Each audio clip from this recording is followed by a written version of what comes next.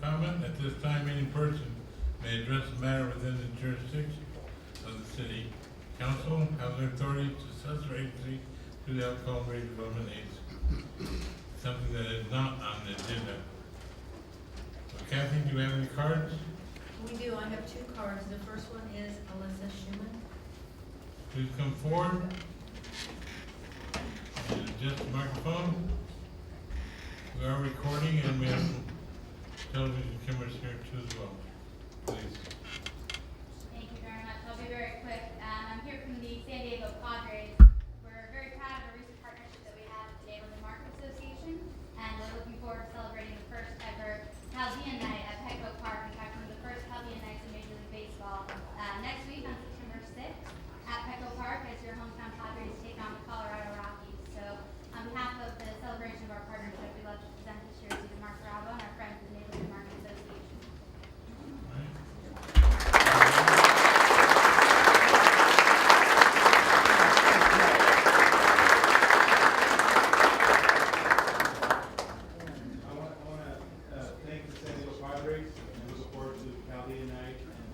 Best team in baseball. Thank you very much. All right, Kathy, Tony Sotila. please come forward, Tony.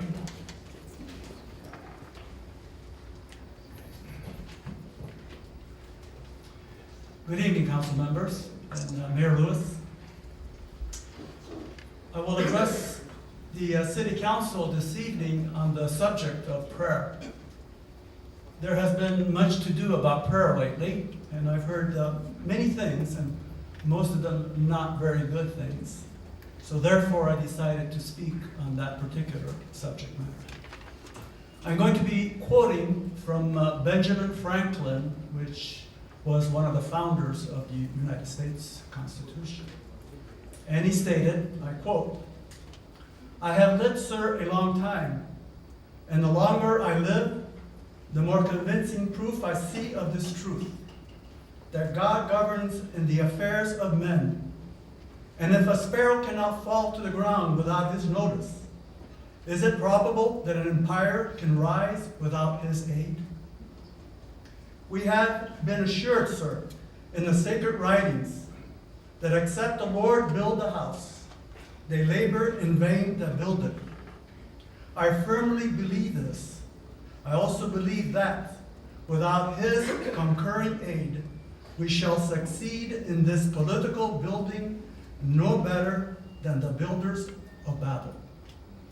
I therefore beg leave to move henceforth prayers imploring the assistance of heaven and its blessing, and our deliberation be held in this assembly every morning before we proceed to business."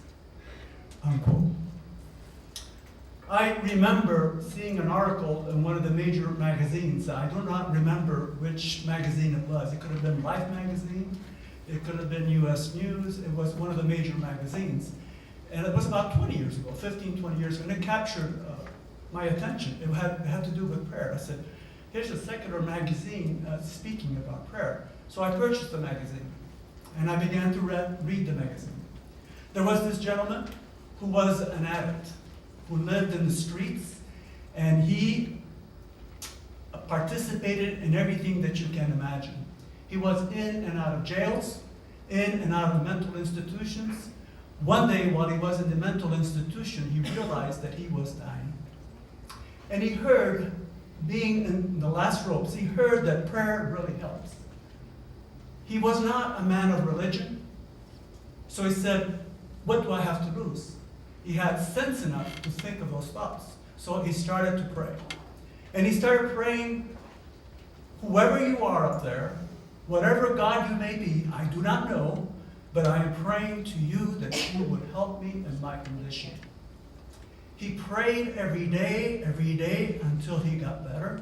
Eventually, he got so much better that he was taken out of the mental institution. He went out of the mental institution. Can I have one more minute?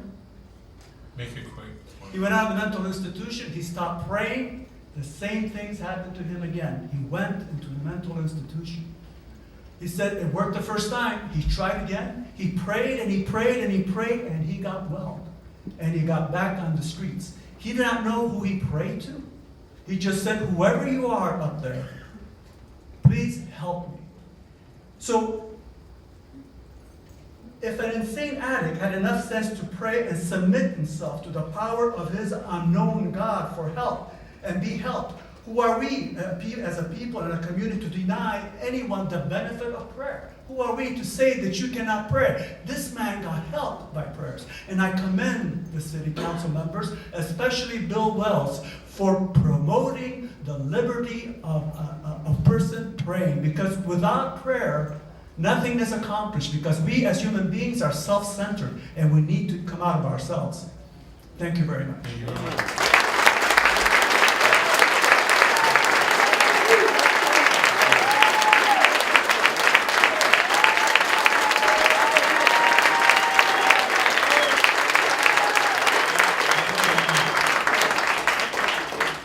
More talking will be here for long, long. Kevin, was that it? Okay. Gary can recap for a few seconds to explain his position. Gary? Well, I'm very happy to see so many people here tonight participating in democracy. You are El Cajon. You are the reason we are here. You are seeing democracy in action. So thank you so much for coming and being a part of this. Thank you very much. Let's see if I can scare the chair Okay. from you. We'll now move on to public hearing number 100, 2013 to 2021 El Cajon Housing Element, General Plan Amendment 2011 to 04. And we have a report from the planning manager. Yes, Mr. Mayor, thank you. And this is the housing element update for the 5th housing element cycle, 2013 to 2021. Our consultant, Veronica Tam of Veronica Tam and Associates, is somewhere out there. There she is in the back, so she's available for questions tonight as well as staff. And this is a portion of our general plan. Will be up there on the screen in a moment. A portion of the general plan that has to do with housing production, housing conservation, affordable housing, and special housing needs in the community. You want to hold up a second? I don't see nothing on the screen. There it is. This update of the housing element is required by state law, and it is in fact due tomorrow. The biggest thing in the housing element is the allocation of housing units. It's called the Regional Housing Needs Assessment Arena. And the net additional housing units that we need to accommodate are 3,799. Those will require some general plan updates and zoning code changes and zoning map changes. The approach to accommodating our share of the region's growth are this. It's to be equitable, to create development opportunities citywide, flexibility to expand opportunities for mixed-use development, to leverage transit to create transit-oriented development options, and to reinvest in corridors, expanding development options in our underutilized commercial corridors. And this is conceptually how it looks on the map. In the middle, you see the downtown master plan area, where some, but not all, that housing will be located. Next, you see to the west, mixed-use housing opportunities to be allocated in the Fletcher Hills area. Opposite side of the city would be mixed-use opportunities near the potential hospital site. Around the Westfield Parkway Plaza Mall would be housing on the large parking fields to further develop that site. In the green are two trolley stations, so these are the transit-oriented development sites. And to the south of downtown and east of the El Cajon Transit Center is higher density housing near El Cajon Boulevard. And these other areas are the housing overlays, where in primarily commercial areas, where the option to add housing could be there should the property owner or developer seek to do it, but it wouldn't be required. And in fact, that is the nice thing about the approach we've taken is it actually provides a lot of flexibility to property owners to adapt to the market going forward. And remember that the state only requires that we accommodate the housing units certainly doesn't require that we build it, nor are we going to build anywhere near this many housing units in the next 8 years. Public outreach has been extensive. We've had community meetings back in July. We've had outreach at community events. There's a picture of one on the screen there at the El Cajon Classic Cruise. We had a joint workshop with this council and planning commission on May 28th where we got great direction. Courtesy notices have been mailed to property owners since the workshop on numerous occasions. And the planning commission had its public hearing on August 12th. Following that joint workshop meeting in May, there were minor technical updates and corrections that had been made to the housing element, including at the direction of the Housing and Community Development Department of the state. The program allowing motels to convert to single-room occupancies has been removed and replaced with the program to allow single-room occupancies by CUP in any commercial zone. The housing element now emphasizes a programmatic, solution-based approach to homelessness, and references to family planning service providers has been removed.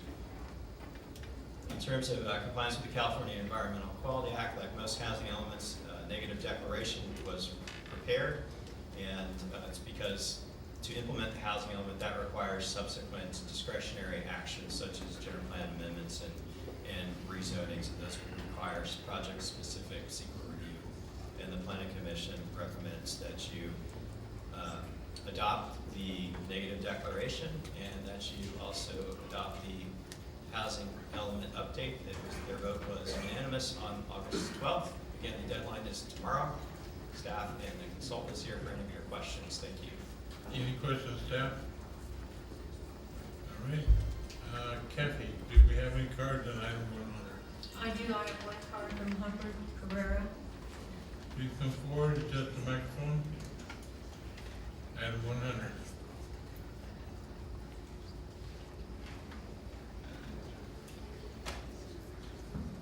Good evening, everybody. You know me well as a businessman here in El Cajon. Been here for over 25 years, born and raised here, and an advocate for the small business person. Currently, my small architectural firm is doing 50% of all of the residential permits in San Diego County, and we reside actually here in El Cajon. We're proud to be here. Just a second. Okay, Ross, the public hearing is now open to receive testimony, so this will come underneath this. Okay, fine. Okay, so continue on that. So I'm here to just say that Mr. Menji and Noah and his entire staff have done a fantastic job. It's amazing that we get 1,400 new regulations approximately every 2.5 years, and they managed to manage this for the city of El Cajon in a very professional way. I'm actually in favor of this report that they've finished, but I would like the staff and I'd like the council members to consider the idea of this mixed use to solve some of the problem. It's a fantastic idea. We've done it in North Park, we've done it in other parts of the United States and other parts of the world. It's a great idea. However, I do think that we need to not have it be a CUP process in order to get this. I would urge you to maybe amend language on page 52 so that it's an administrative permit or a non-process instead of a CUP, because CUP is going to discourage that kind of behavior. People are just not going to, developers are not going to want to go through that to get that done. So if you want to really have this mixed use happen, eliminate that portion of it. Also, the parking standards in North Park area, what we did is we went ahead and we went with tandem parking or 2 parking or on-strike parking instead of 2.25 parking. I think you should take a look at page 55 and 53, and also eliminate this 20-foot height limit that we've had in certain parts of El Cajon. It makes everything look flat, it makes everything look like a box, we have mansards everywhere, and we have just an awful architecture because of it. I think that instead of it being a process where you have to go and seek a CUP to change that 20-foot, it should just be automatically written in there. So I'm saying let's go ahead and adopt these measures. I was also alarmed that part of the report on page 50 says that El Cajon has been hit particularly hard during the economic downturn.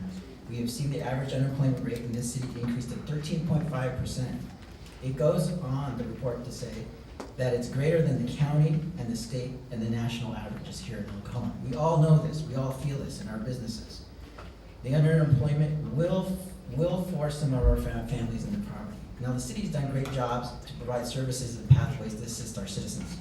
But I urge this group and the planning group to develop a new form where we can get people that actually want to just paint their buildings, build porches, make things architecturally beautiful, and make pop-outs and this kind of thing, and not have to go through this onerous permit process that occurs where we have to go to planning and zoning and get exceptions.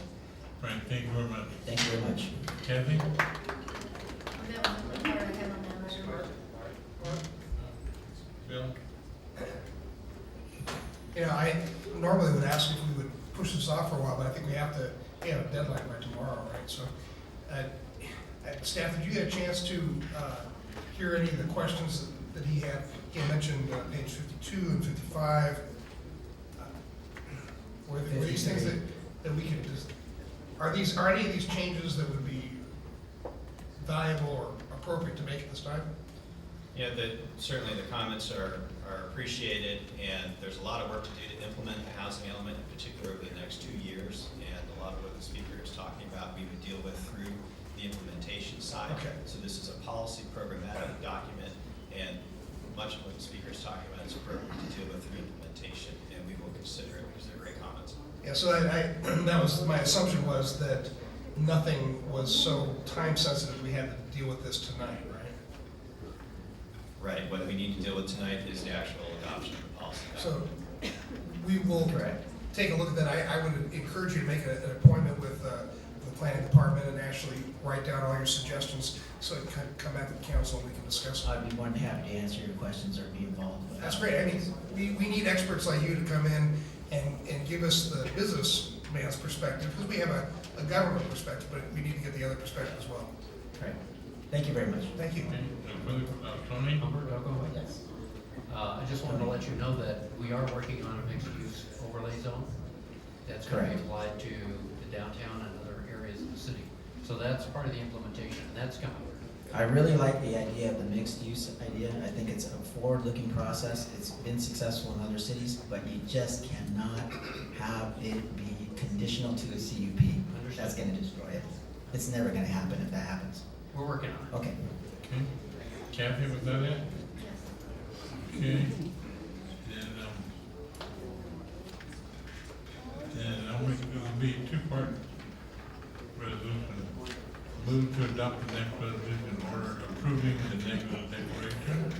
Mayor, before you do that, would you like to close the public hearing? Absolutely. That's why we hire you. Move to close public hearing. Do the second, please vote. Public hearing now is closed. Then I'll move to adopt the next resolution order approving the negative declaration. Do the second, please vote.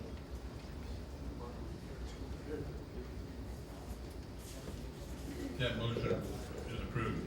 And I have one no vote up there. Did you mean to vote no?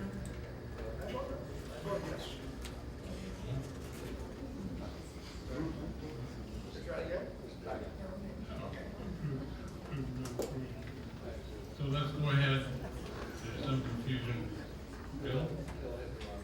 Okay, then we'll vote again, make sure the record is, indicated. Move approval, we have a second, please vote, the negative declaration. Okay, that motion passes, let the record so state. And also move to adopt the next resolution order approving the 2013 to 2021 upon housing element general plan amendment 2011 through 04. Second, please vote. And that motion passes. Okay, but now move on to probably why you're all here. Item number 101, alcohol sales and deemed approved alcohol sales regulation ordinance amendment to alcohol business code 2017. And we do have a report by the planning committee. Mr. Mayor, I'll start off this evening. We have a multi-part presentation tonight that's, by the time we're done, going to last about 30 minutes, so I'll ask for everybody's patience as we move through a complex but very important item. This past February, the City Council held a public meeting here in these chambers to discuss this issue the possibility of creating a so-called deemed approved ordinance or some type of additional regulations on unlawful sales of alcohol within the city of El Cajon. You directed your staff at that time to prepare a draft ordinance to bring it through the Planning Commission and then back up to the City Council that met these goals, and that is the draft ordinance that is in front of you tonight. Between February and now, staff in the City Attorney's Office has done extensive work in researching the issue both from a programmatic standpoint as well as a legal standpoint. There was a workshop in front of the Planning Commission several months ago. There's been 2 public hearings in front of the Planning Commission subsequent to that. There's also been a number of meetings which your staff, your police chief, and your city attorney participated in at the Chamber of Commerce to attempt to discuss these issues in a cohesive manner with various elements of the business community as well as the Neighborhood Market Association. For the most part, those meetings I think were productive. I'll speak to those a little bit more in a moment. The basic purpose of the ordinance in front of you tonight is to provide greater local control over alcohol sales, so-called off-sale sales of alcohol within our community, and specifically to provide the City Council with greater ability to regulate when those sales are conducted in an unlawful manner. 3 basic points that I want to impress upon you tonight as you listen to the rest of the staff report as well as all of the testimony that I think you're going to hear. And they're on the very first page of your staff report. First of all, this is absolutely a pro-business ordinance. I've heard many people try to couch it in a different way, that it is anti-business. It's anything but anti-business. I have personally been in this business 34 years in multiple communities, including here in El Cajon. And I will tell you from my very personal experience, as well as many other people in this business, that quality businesses are frightened away from misbehaving businesses. I myself, on behalf of the City Council, along with our staff, have dealt very recently with renowned companies such as BMW, Marriott Corporation, more recently Mercedes-Benz, even local companies such as Nicolosi's Restaurant, and many others. And I can tell you in every single one of these conversations, the issue has arisen that is the City of El Cajon serious about dealing with certain social problems that are known to exist in the city, such as homelessness, public drunkenness, public urination, illegal alcohol sales, and the various criminal problems that are attendant to all of those things. I have assured these businesses that the city is serious. That assurance has led towards a new deal with BMW, whose groundbreaking on a state-of-the-art facility is taking place 2 weeks from today on El Cajon Boulevard. They've led to Nicolosi's opening a restaurant when they originally were not going to come to this city, just down the street from City Hall. They have led to ongoing negotiations and very positive discussions with the Marriott Corporation to bring a Courtyard Hotel to this city. And next week, Mercedes-Benz is coming into the city to talk about a new dealership. And I could go on and on and on.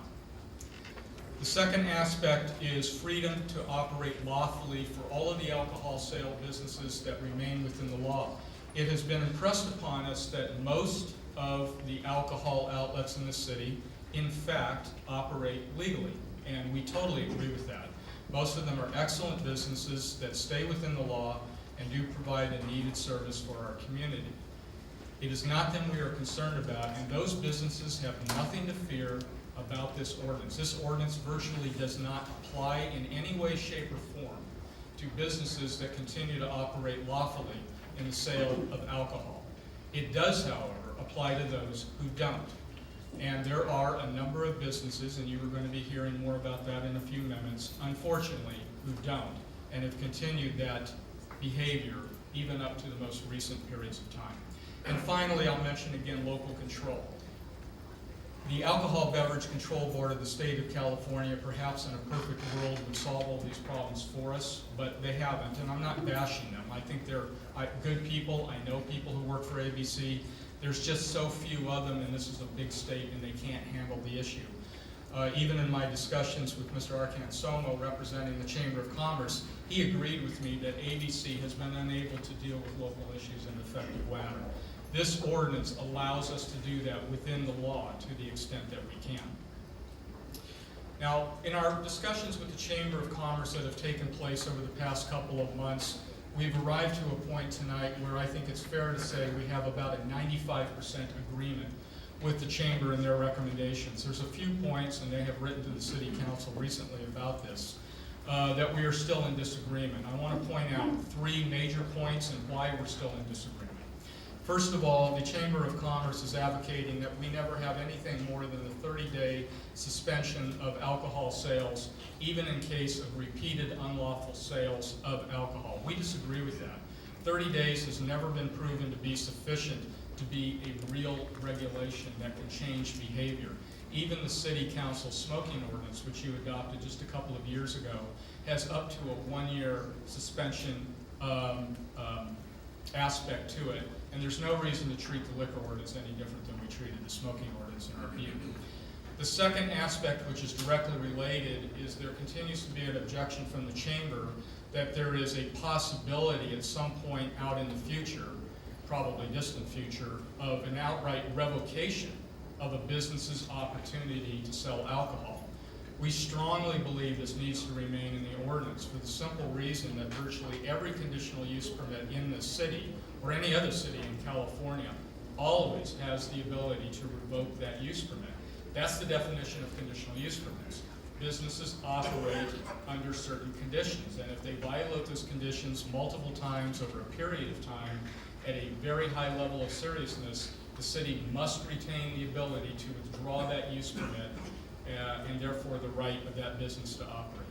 And finally, there has been a disagreement on how much discretion the city council has in imposing various penalties. There has been a proposal made to us that we disagree with, that there should be very specific step 1, step 2, step 3 penalties. The reason we disagree with that is that in the world of operating a liquor store or any other type of off-sale outlet, there is a wide variety of violations that could take place at varying degrees of seriousness.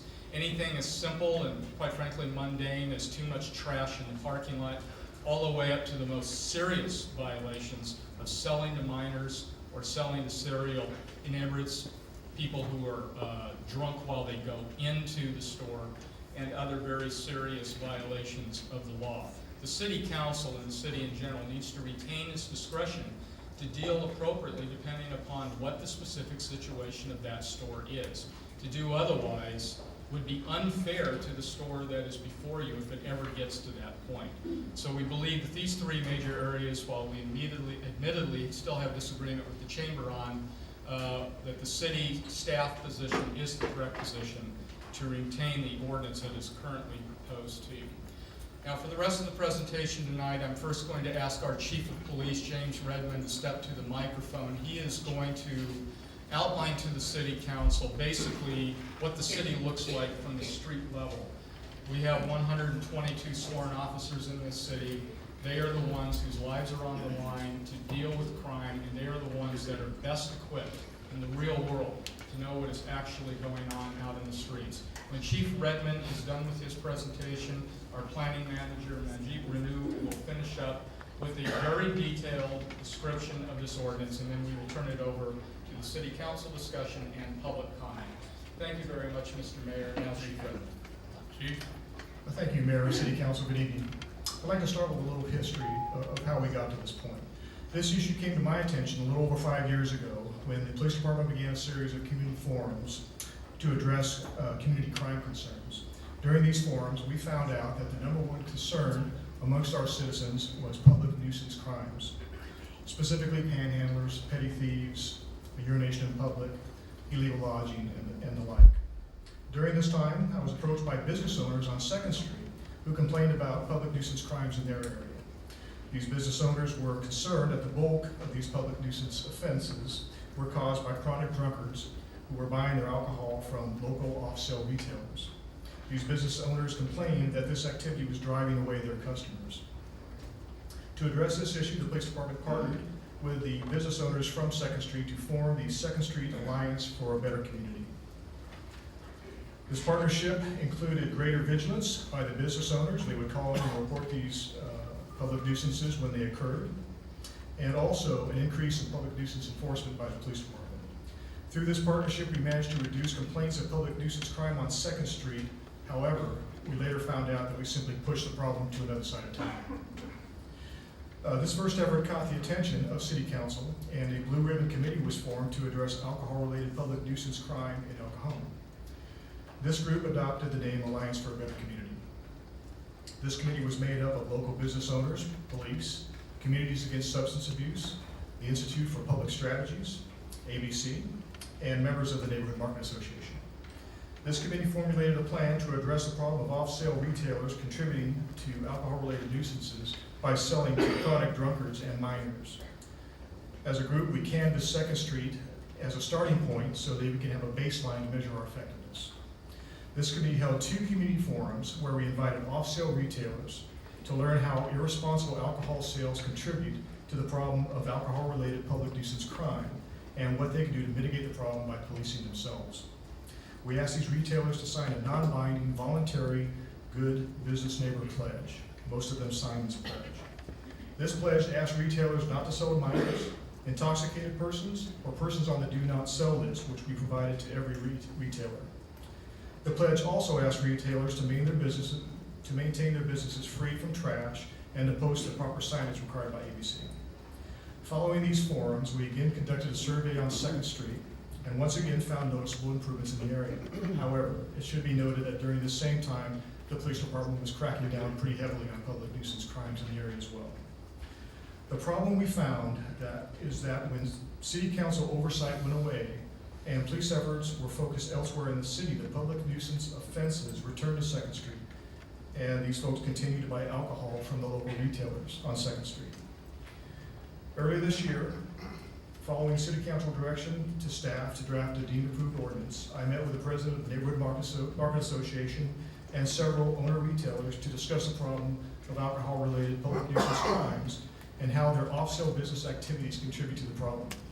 This group assured me they understood that selling to chronic drunkards, persons on the do not sell list, and minors directly contributed to the problem of alcohol-related public nuisance complaints. We were all in agreement on that. I suggested they take this opportunity while city staff researched the deemed approved ordinance to demonstrate their ability to police themselves.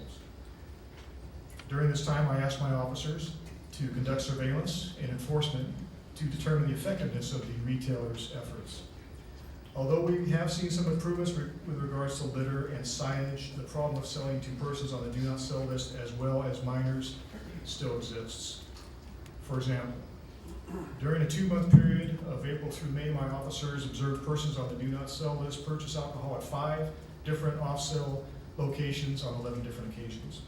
We also partnered with ABC officers and conducted inspections of 24 off-sale locations. Of these locations, 4 were found to be out of compliance and were issued citations by ABC officers. Most alarming, we also conducted a minor decoy operation targeting 11 off-sale locations, and of these 11, 3 sold alcohol to our minor decoy. These 3 were Circle J Liquor, Arnell Liquor, and the Easy Corner Market. We focused our attention on the liquor stores and convenience stores because we know from experience that the chronic offenders frequent these stores due to the accessibility of alcohol. I'll echo the words of the city manager and say that I do believe that the majority of owner retailers are responsible business owners. However, owner retailers are not on scene 24/7, and despite their best intentions, the problems persist. This ordinance provides the oversight and tools necessary to address alcohol-related public nuisance crime associated with off-sale retailers. The police department has been addressing this problem, as you know, for many years. The police department works hard to address crimes and nuisance associated with the irresponsible sales and illegal use of alcoholic beverages. In 2012, my officers made 526 arrests for public drunkenness. We made 148 arrests for drinking in public. We made 29 arrests for minors in possession of alcohol, 13 arrests for drinking in city parks, and 54 arrests for people we caught drinking on off-sale properties. This is over 2,000 hours of police work at a cost of over $200,000. I believe that despite our best efforts, existing laws have been ineffective in reducing public nuisance crime. Alcohol-related public nuisance offenses are for the most part low-level misdemeanors, and offenders rarely see more than 8 hours in jail before they're back on the streets. The deemed approved ordinance provides local control to address this issue. Civil penalties are more effective than criminal penalties because they can be imposed more swiftly and are more likely to be enforced, which are two critical elements to deterrence. There is a formula we use in law enforcement, and it's been very effective. For crime to occur, there has to exist 3 elements. The first element is desire. Most persons who commit crime possess the inherent desire to commit crime. The second is ability. A person who desires to commit crime will most often find a way to commit the crime. The third element is opportunity. There must exist an opportunity for the crime to occur. We use this formula when we consider the most effective way to reduce or eliminate crime in Oklahoma. We know from experience that we may have little effect on a person's desire to commit a crime. Despite the fact that we have the death penalty, we still have murderers. However, we do have a great partnership with East County Transitional Living Center, and they have demonstrated that they do have an effect on a person's desire to abuse alcohol, and I applaud them for that. And they have a member of their group tonight who is going to talk to that effect. We also know that we have very little effect on a person's ability to commit crime. The person who desires to commit crime will find a way to commit that crime. What we can have an effect on is the opportunity for crime to occur. I'll give you some examples. We lock our doors and windows to remove the opportunity for burglars to walk into our house and steal our belongings. We also remove the opportunity for theft by not leaving valuables in our cars. We get less of the opportunity for assaults when we avoid walking alone after dark. The deemed approved ordinance addresses opportunity. It reduces the opportunity for chronic drunkards and minors to buy alcohol by holding retailers accountable for irresponsible alcohol sales. This is why I support the deemed approved ordinance, because I believe it is the most effective way to reduce alcohol-related public nuisance crime in Oklahoma. And now I'll hand it over to City Attorney Morgan Fuller. Thank you, Chief. Thank you, Chief Redmond. So to reiterate what the city manager discussed earlier, there are 3 goals to this ordinance before you tonight. First, that it's a pro-business ordinance. It's about making El Cajon the valley of opportunity for all of our businesses and for our families and our residents. It's about the freedom to operate lawfully.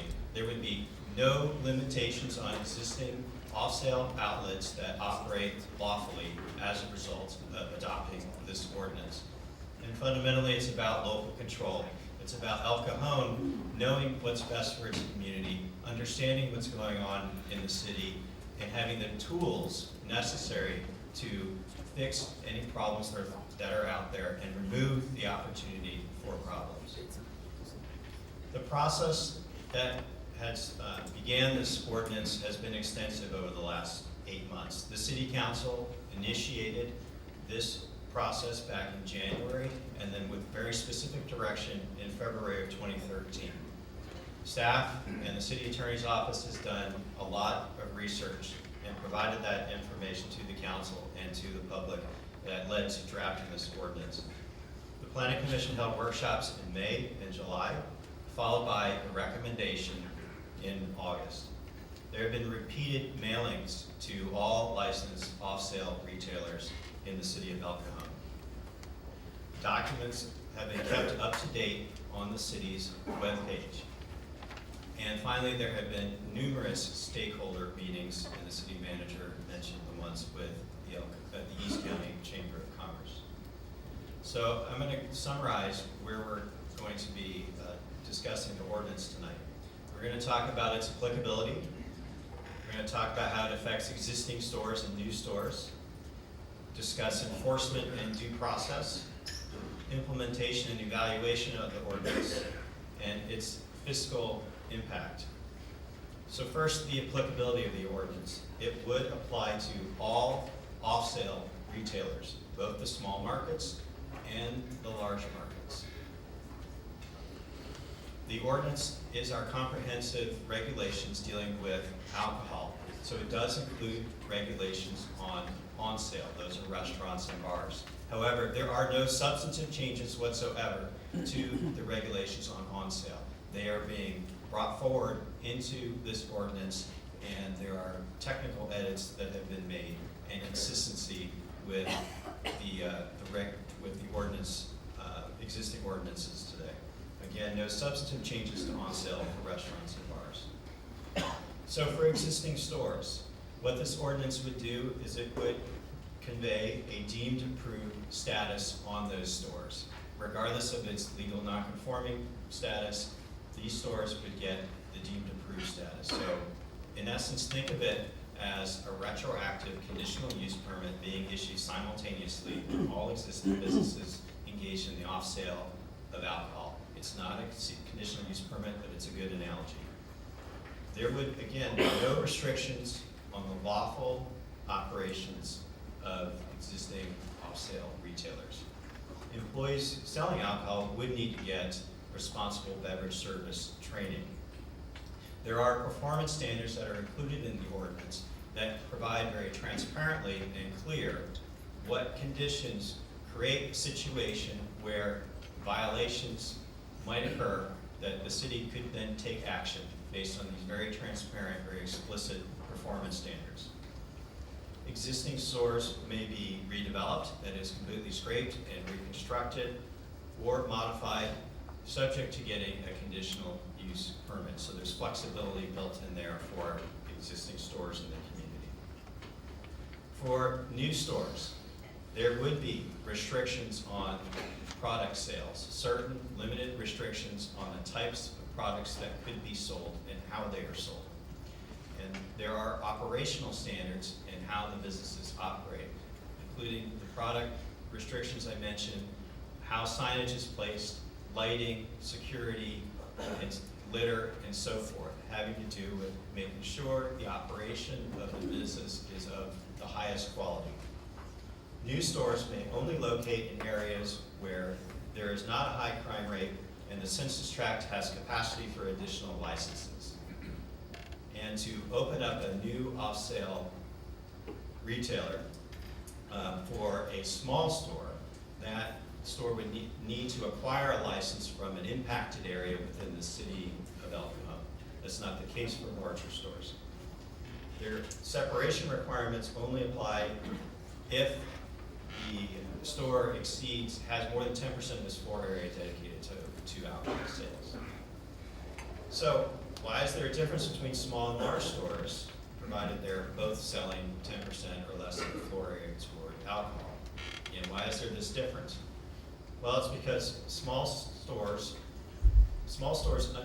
under 10,000 square feet must get a conditional use permit, while larger stores do not. And it's because there are problems with smaller stores, as Chief Redmond talked about, that have to do with the accessibility of alcohol that requires that higher level of scrutiny that comes with the conditional use permit. Larger stores, on the other hand, provide more goods and services. They rely less on alcohol sales for their revenue, and we need more of these stores in our city. And this ordinance is designed to accommodate stores such as Trader Joe's, which are about 12,000 square feet, and Whole Foods, which is about 35,000 square feet.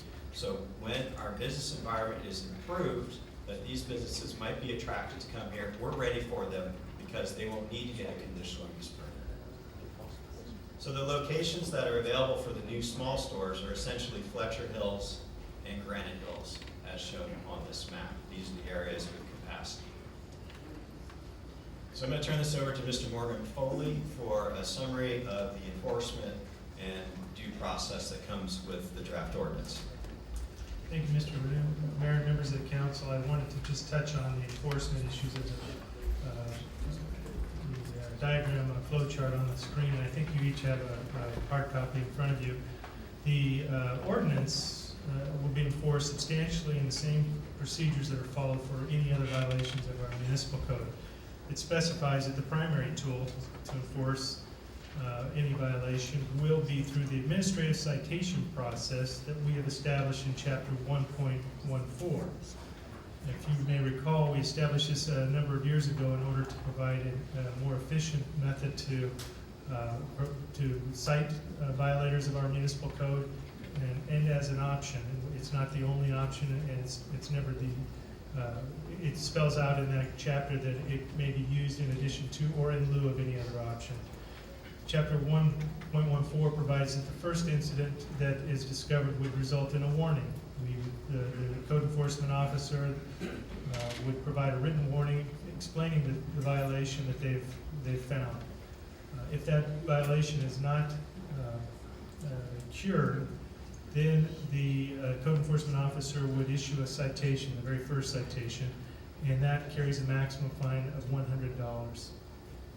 If that violation is repeated a second time within 12 months of that first violation, a new citation would be issued with a $200 fine.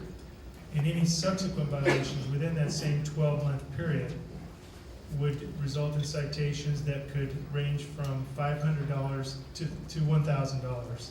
The $1,000 figure was somewhere between the maximum allowed normally from the administrative citation process, which was $500, and the charter permitted fine of $5,000.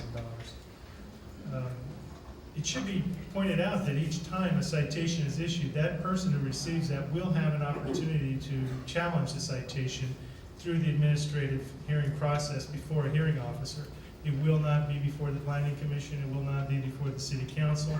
It is simply a hearing officer that is appointed by the city manager to hear the evidence to be presented, and that person would then be allowed to provide his or her own defense to the citation. This ordinance does allow a more aggressive approach, however, whenever such an approach is justified by the circumstances.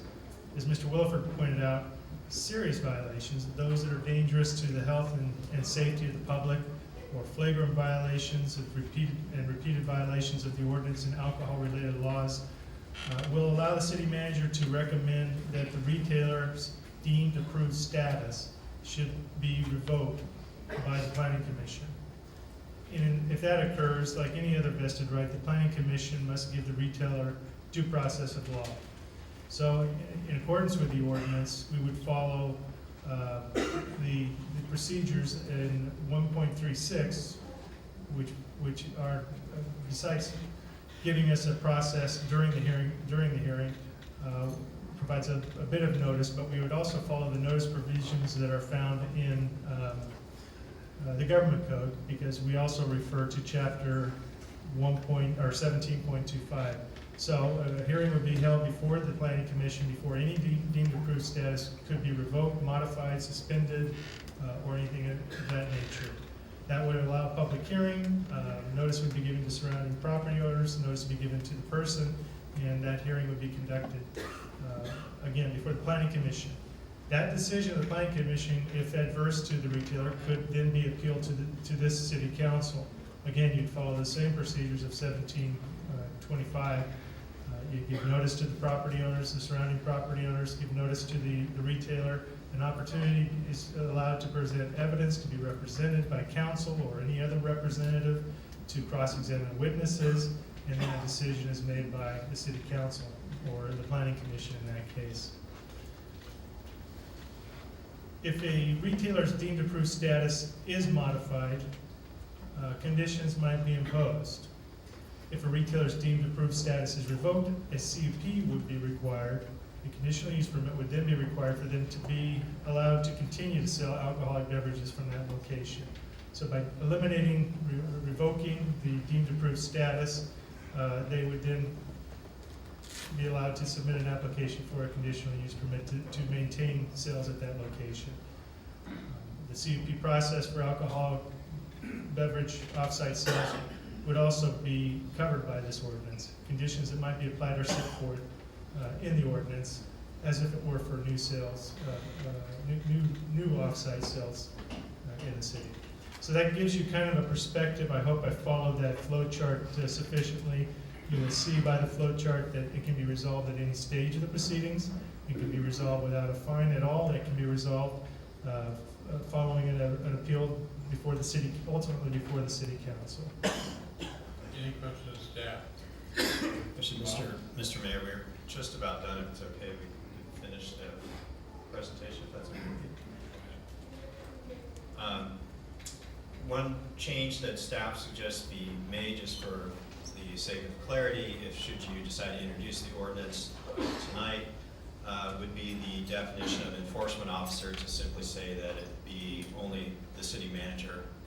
All the employees in this city as a council manager form of government report to the city manager. On implementation and evaluation, if this ordinance is adopted, we'll be spending some time very methodically measuring the ordinance effectiveness. We feel it'll take about 2 years worth of data collection to do that. If there's anything notable or significant that occurs before that evaluation period, we'll certainly report to the Planning Commission and Council. The fiscal impact of this ordinance is estimated to be about $25,000 annually for routine administration. That's routine administration. The staff, should this ordinance be introduced, will bring back a separate resolution on a potential fee that will be proposed along with the second reading of the ordinance. Cities with similar ordinances, there are about nearly 20 in California that have this, none in the San Diego area. We would be the first. In terms of the California Environmental Quality Act, this action would be exempt under the general rule because it's really dealing with regulating the alcoholic beverage sales in terms of our land use authority, and it does not result in any physical change to the environment. Planning Commission's recommendation was unanimous that the council approve it was their recommendation. The primary change that occurred through the Planning Commission's process was making it applicable to all off-sale retailers, not just the small retailers. With that, our presentation is concluded. Turn it over for council questions. Bob? When I was reading through this, I read about several different types of beverages, sizes, and things like that, alcohol content and things like that that will be prohibited. Could you run through that? Sure.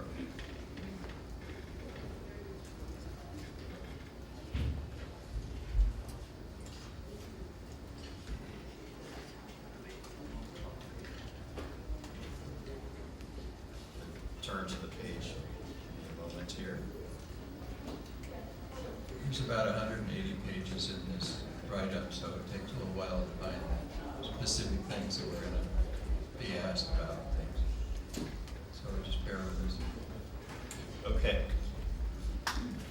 So the restrictions on product sales would be no wine could be displayed or sold, given away in containers of less than 750 milliliters rather, unless they're in multi-pack containers. No wine could be sold or displayed, given away if the alcoholic content is greater than 15% by volume, unless it's corked or aged at least 2 years. You could still have uncorked, meaning screw top bottles, as long as it didn't exceed that 15% threshold. Distilled spirits couldn't be in containers less than 375 milliliters, unless it's premixed. Cocktails, essentially airline bottles, couldn't be sold. And beer and malt liquor couldn't be offered in a volume greater than 32 ounces, except for kegs and the like.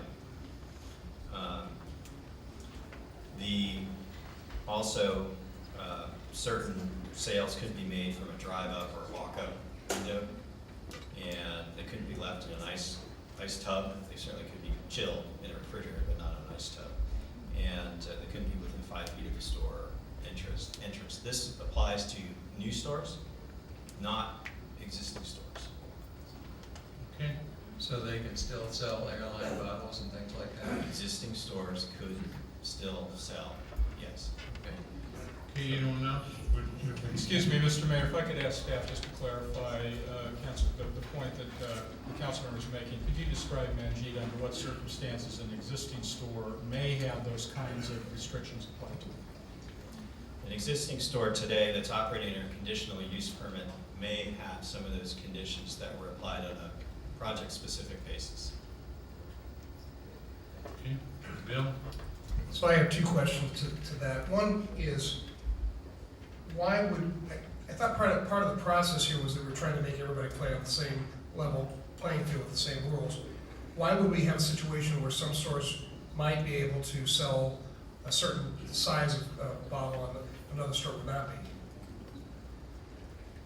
Let me try to answer that question. We have stores out there that are legal non-conforming uses, and they have the ability now to sell bottles of that size. Even those that have CUPs may not have the operational standards applicable to them that we're talking about now. The ABC might have placed some similar restrictions in there. We might have done it through the CUP process more recently, probably, than we have in the years past. And while we really want to make it a level playing field, we also recognize that for us to modify and change a non-conforming use's ability to sell certain things will not be supported if challenged.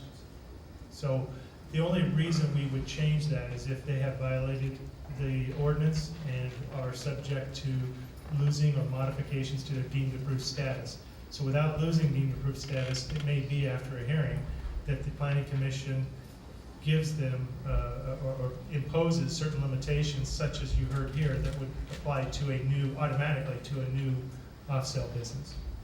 Okay, I understand, thank you. Then the other question is, I know we're gonna hear this question later, why not bars and restaurants and why stores? I think the way I've heard it phrased in the discussions is, why are we focusing on one group and not another? It has to do with the source of the problem. So if I could turn that question over to Chief Redmond.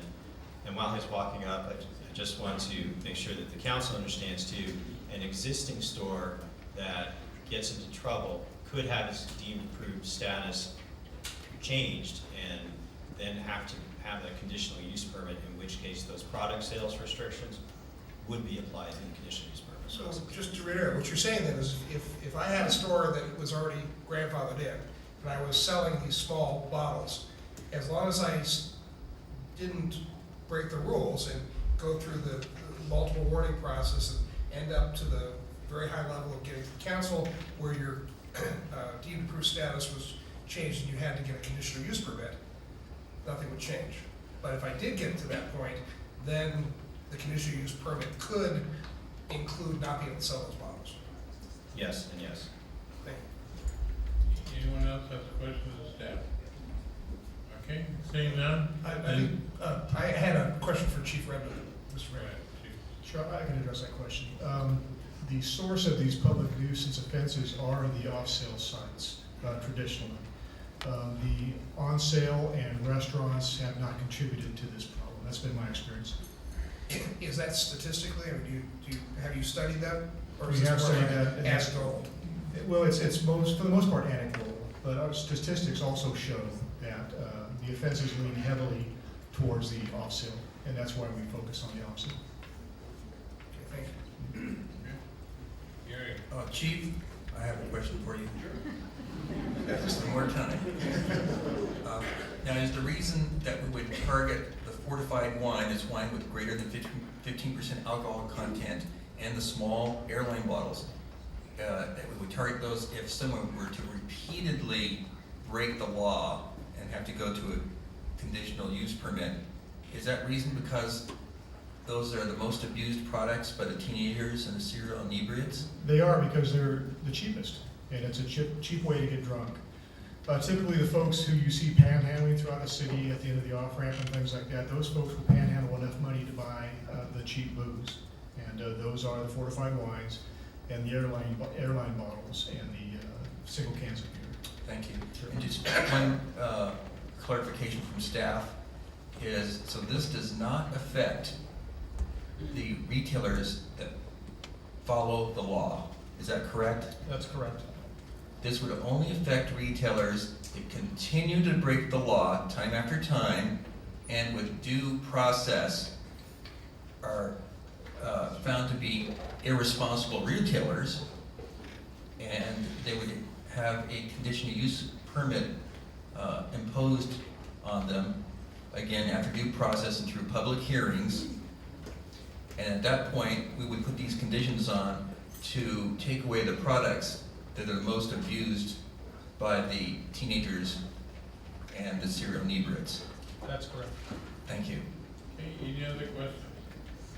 Okay, the public hearing is now open to receive testimony. Kathy, how many cards did we get? We have 37. So,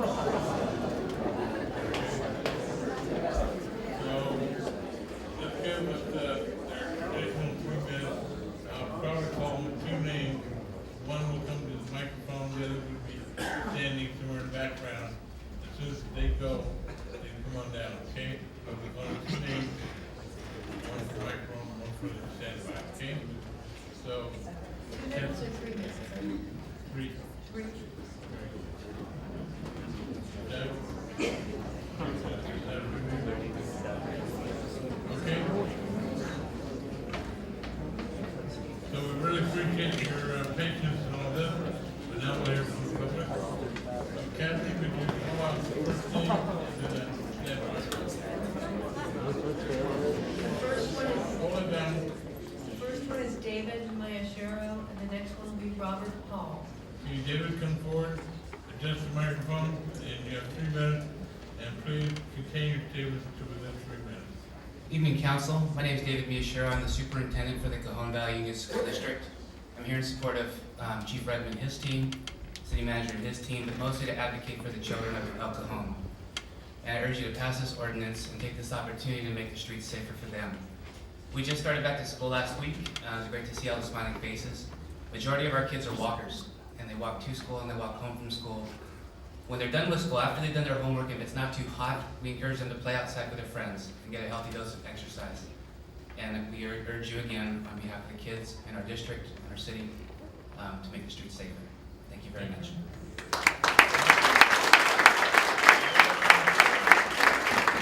Hold it down, clapping is gonna keep us here all night long. So we don't wanna do that. And the next, go ahead. Mr. Mayor, council members, thanks for taking the time to hear me. My name is Rob Hall. I regularly walk around my neighborhood on the edge of the city of El Cajon. The most noticeable kind of litter I see is these airplane bottles. And I've separated them into two bags because in the spot where the homeless people hang out, I find more of these, the brandy, the vodka, tequila, and the whiskey bottles. And these are 70 to 80 proof. In the place where the teenagers hang out, I find these, 8 and 99 proof schnapps with fruit flavors, banana, grape, berry, and peach. They smell like Kool-Aid. They contain more alcohol, 99 proof, than the adult drinks. The only people who buy these are people who want to get drunk as cheaply as possible, or are providing them to kids who drink these. To put it in perspective, ask yourself, when you're really enjoying your favorite meal at home or in a restaurant, that chicken parmesan, do you ever look and say, you know what would really hit the spot? Some banana schnapps. Yeah. Let's look at that. Of course not. This product was invented to sell to people who wanted to get their drunk on for under $2. And it was invented to sell to people who provide it to kids, because this is what kids drink. This isn't about adults relaxing with a cold drink in a bar. This isn't about having a glass of wine or beer with your dinner at home or in a restaurant. This is about homeless people drinking in public. This is about kids drinking and having easy access to these products. Nobody wants to see those things. I grew up in the East County. I know the changes that the city of El Cajon has made, and I know the changes they want to make. But if you want less crime, if you want to attract families, businesses, which your city staff was telling you, you're making progress. If you want to attract them and visitors to come and stay in a hotel if you get one, you need to reduce the sale of these kinds of products that fuel the crime, that contribute to public drunkenness and to underage drinking. Pass this ordinance and you give the city the power to do that. Thank you. Kathy, next speaker, and then the standby.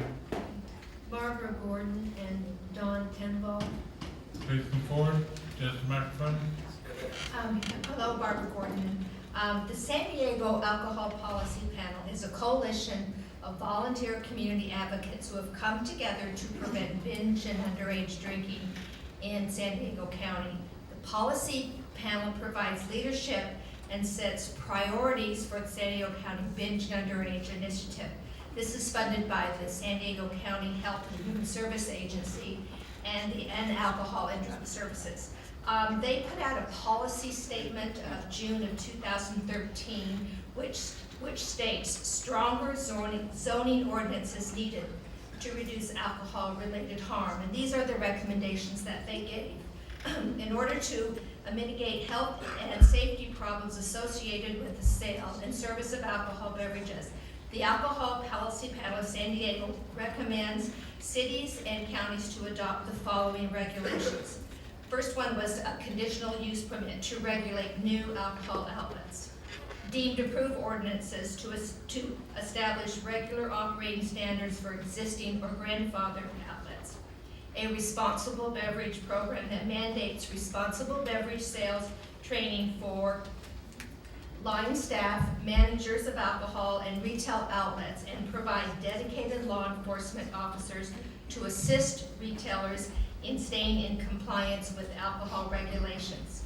A dedicated enforcement is essential according to research. If employees and managers and owners of license believe that they will be caught in violation of the law, they are more likely to be in compliance with the law.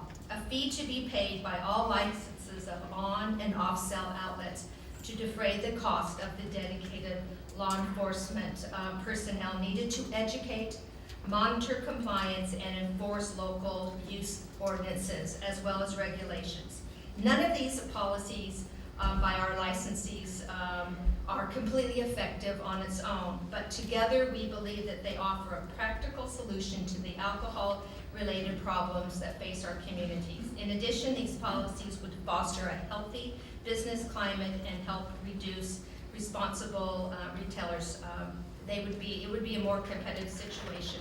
The research is clear about the potential solutions, showing that the policy and ordinances that regulate alcohol outlets will reduce the alcohol harm. I have a copy of this policy statement I'm going to share with you. Thank you. Thank you very much. Next. Good evening. My name is Don Tenwell. I am El Cajon. I own a home just 5 minutes from here down in Avocado. I work less than 3 miles from here in El Cajon. My wife is a substitute school teacher here in El Cajon. My 2 minor children go to school here in El Cajon. I worry about my kids' safety, their welfare, and the influences that they're going to have to deal with as they grow up here in El Cajon. And as a citizen, I'm concerned about homelessness and alcoholism, street crime, and aggressive panhandling. I take my kids to school every morning. I take a friend's kid to school, and then I go to work. In less than 10 miles, and I counted them, not including on-sale bars and restaurants, there were 33 places where I could stop and get a single-serve alcoholic beverage. I believe that responsible drinkers purchase packages that contain more than a single drink. I'm concerned about the irresponsible drinker who consumes in public single-serve alcoholic beverages. I'm concerned about underage consumers. I'm concerned about the homeless alcoholic who aggressively panhandles and purchases as can. I encourage you to pass this ordinance. I am El Cajon and I am concerned. Thank you. And Kathy, the next speaker is Catherine, and she didn't put her last name on here, and the next one is Ron Pennick. Okay. So you want to repeat the speaker? She don't be movie. Catherine, someone just signed it from Catherine, is that you? Okay. Okay. And just microphone, please. Good evening, Mayor and council members, staff. My name is Catherine Webb. I grew up in El Cajon. I raised a family in El Cajon. I've owned a home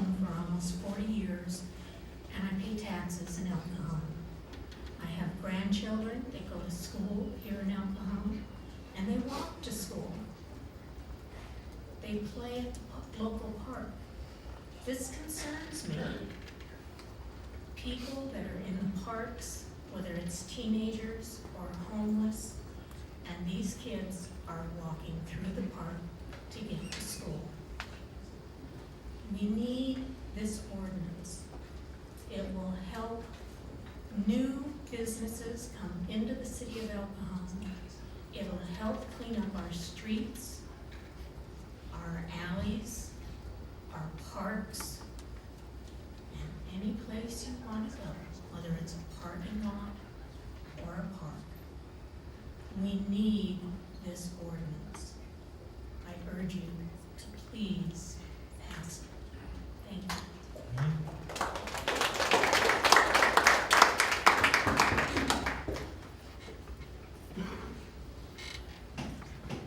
Good evening, Council and Mayor. My name is Ron Pennick. I've been a resident of El Cajon for over 40 years. And this is a very, very important issue from a business viewpoint, from a residency viewpoint, and from a law enforcement viewpoint.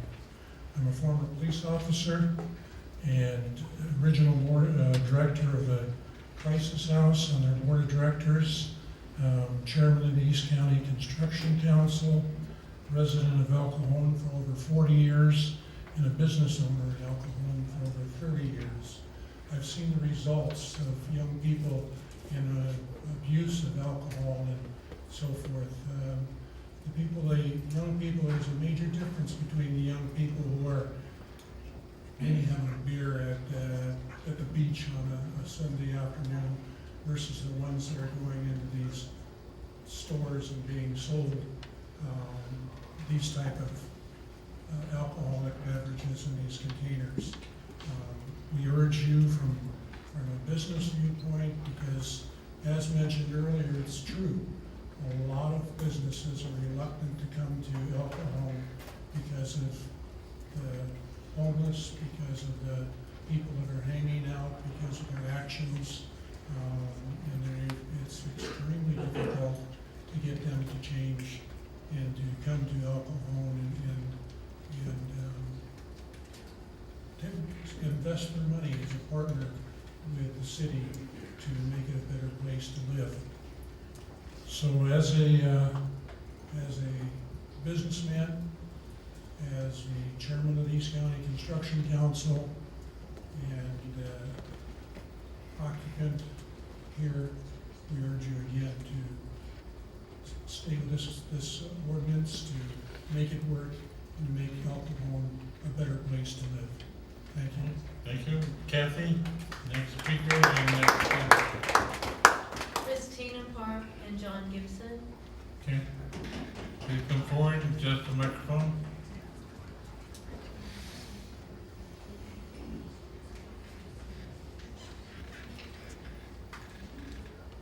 Good evening, council members. My name is Christina Park. I own a business on 2nd Street. I'm also part of the 2nd Street Alliance for a Better Community. I'm not going to take a position on the ordinance. As a member of the ABC, I just wanted to mention that. I own a professional service business. I'm an enrolled agent. That's a tax preparation and audit representation business. And I want to come at this from a little bit different perspective, echoing back to how do we attract businesses to El Cajon? I am tired during tax season of having to call the police to come remove people from my parking lot so I can go to home at night. I'm tired of the fact that clients don't want to come to my office during the evening when I need to have extended hours because of the homeless people that are drunk. I'm tired of dealing with the people who want to change their clothes in the parking lot next to my office when I have clients coming up with small children who happen to look over that way. And I'm going to tell you that if you want to attract more professional businesses, more service businesses to El Cajon, you are going to have to do something with this ordinance. We, as a professional community, and I'm speaking on behalf of many of my friends and colleagues, we don't want to deal with it anymore. We'll consider relocating, and you will not attract the businesses that you want to El Cajon if this continues. I also want to take public issue with the statement that I read in 4 different publications over the last 2 days, that this ordinance would be the kiss of death to El Cajon. It might be the kiss of death to certain liquor store owners who are not compliant, but not passing it is going to be the kiss of death to the professional businesses in El Cajon, because we're tired of it. We don't want to deal with it anymore. We don't want our clients to not feel safe. So I'm asking you, please, to pass this ordinance. I personally read it last night very carefully, all 24 pages that were posted on the internet, and I see that it's very pro-business. I see lots of ability for owners to fix their own problems and police themselves. If they're not willing to do that, then they need to be subject to more regulation. Thank you.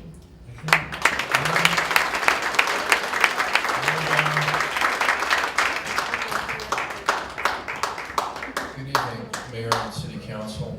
I'm very pleased to follow that speaker. I've been in the brokerage business to try to bring businesses and keep and retain businesses in the city of El Cajon for 40 years. We have had so much trouble trying to retain and get new businesses into the city. And I just remind everybody here, we no longer have redevelopment money to grease wheels. But what we do have, finally, and thank you for your leadership, is a team. And we're looking at them right here, and welcome to El Cajon. This is not a normal meeting. For a first meeting for our new assistant city manager, thank you for joining us. But I can tell you repeatedly now, and I mean for 5 or 6 years, we bring businesses to El Cajon, and they had a lousy reception with the old city manager. Not only did they have that, they drove down our main commercial streets, and it's just like one of the speakers said, they passed 30 locations to drop in to get a beer.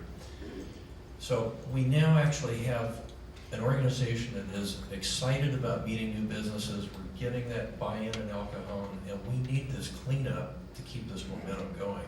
And secondly, I'd like to quickly say, I'm tired of somebody making $5 off of us, and we get to pick up the check for their hospital visit, the police enforcement, the crime rate, the break-ins, the robberies. We get stuck with that. That's not fair. Thank you. Thank you.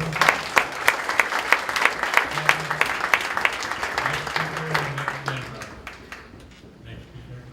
Mario Talaro and Nicole Riley. Please come forward. Adjust the microphone.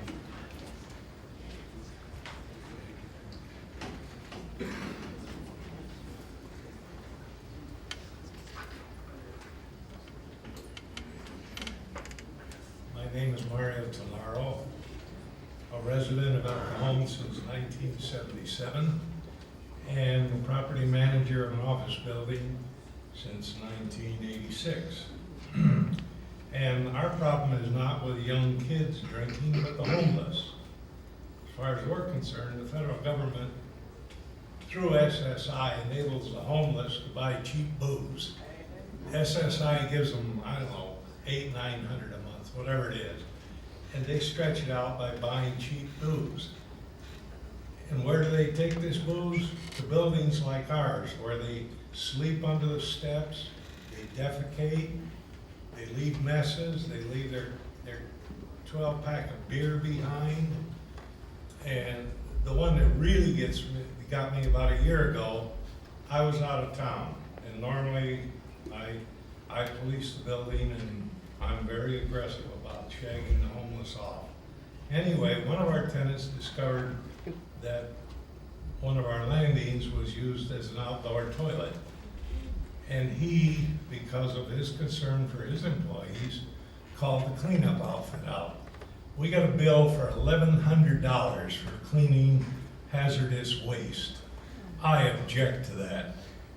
The homeless are, as far as I'm concerned, are also worthless. And I object to our government giving them money through SSI. They don't do anything constructive with the money. They buy booze, they buy condoms, they buy cigarettes, and they leave the refuse behind for people like me to clean up. I object to that. Thank you.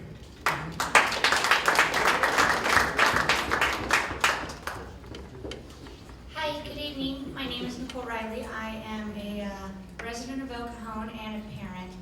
I grew up in El Cajon, high school, graduated here in El Cajon, and had noticed through the years that we started to clean up our community, and it was looking great. I moved away for a while, and just recently moved back to El Cajon, and had noticed that it's kind of gone downhill again.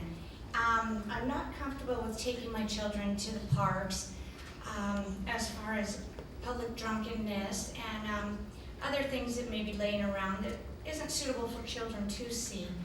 I'm also not comfortable with running into certain markets around the area of El Cajon with my children. I don't think it's something that they need to see as children. It's something we do need to protect our children to give them a better foundation for growing up in life. I would really love to see this ordinance passed to bring El Cajon back to the shining gem that we've all enjoyed through the years. Thank you. Have a good night.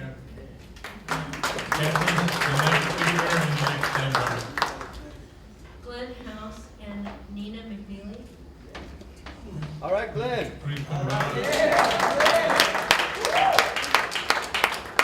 Just a microphone, please. Good evening. I'm Glenn House, and I can relate and I understand, I agree with everything that's been said here tonight, because I am on the do not sell list, and I've been homeless for about 18 years, and it's all true about what these ladies and gentlemen is talking about. Now, I'm glad to be clean and sober, thanks to ELTLC. I'm very, very grateful. I don't want to ever go back to the streets. I do agree with the no sales law. The people that are abiding by the law, I agree with that. Although there is some stores that does sell, and it does make it more difficult for us to get it, but some people do go the extra mile to get it, and I don't agree with that. And that's probably what kept me out on the streets as long as it did, is because I could get a hold of it, even if I did have to go a little bit further out. So I just want to say thank you for letting me speak tonight, City Council and Mayor, and I want to apologize to the El Cajon Police Department for the times that I've gave them in the past. And I'm very grateful to be where I am, and thank you for letting me speak, and I want to thank ELTLC for picking me up, helping me up, getting me on my feet, and now I just want to go out and help other people that was in the same position I'm in, that I was in, and I can't express it enough. I'm very grateful to be here tonight, be sober, and I look at life in a totally different way, and I agree with each and every one of y'all, because it's no way to live, and it's not fair for business owners. And thank you. Thank you, everyone. You have a good night.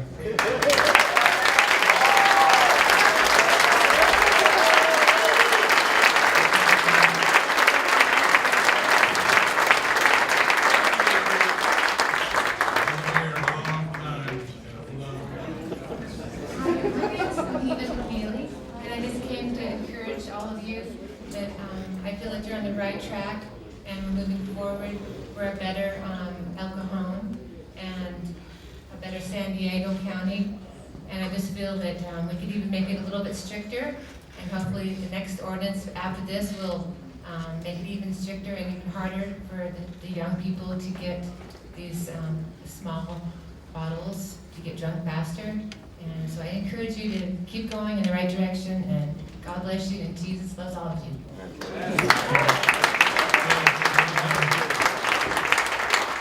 Catherine, the next speaker and the next standby. Joan Shoemaker and Karen Gilbert.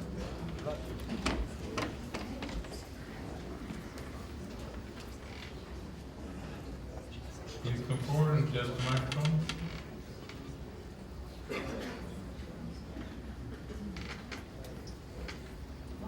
I'm Joan Shoemaker. Hello, nice to be here.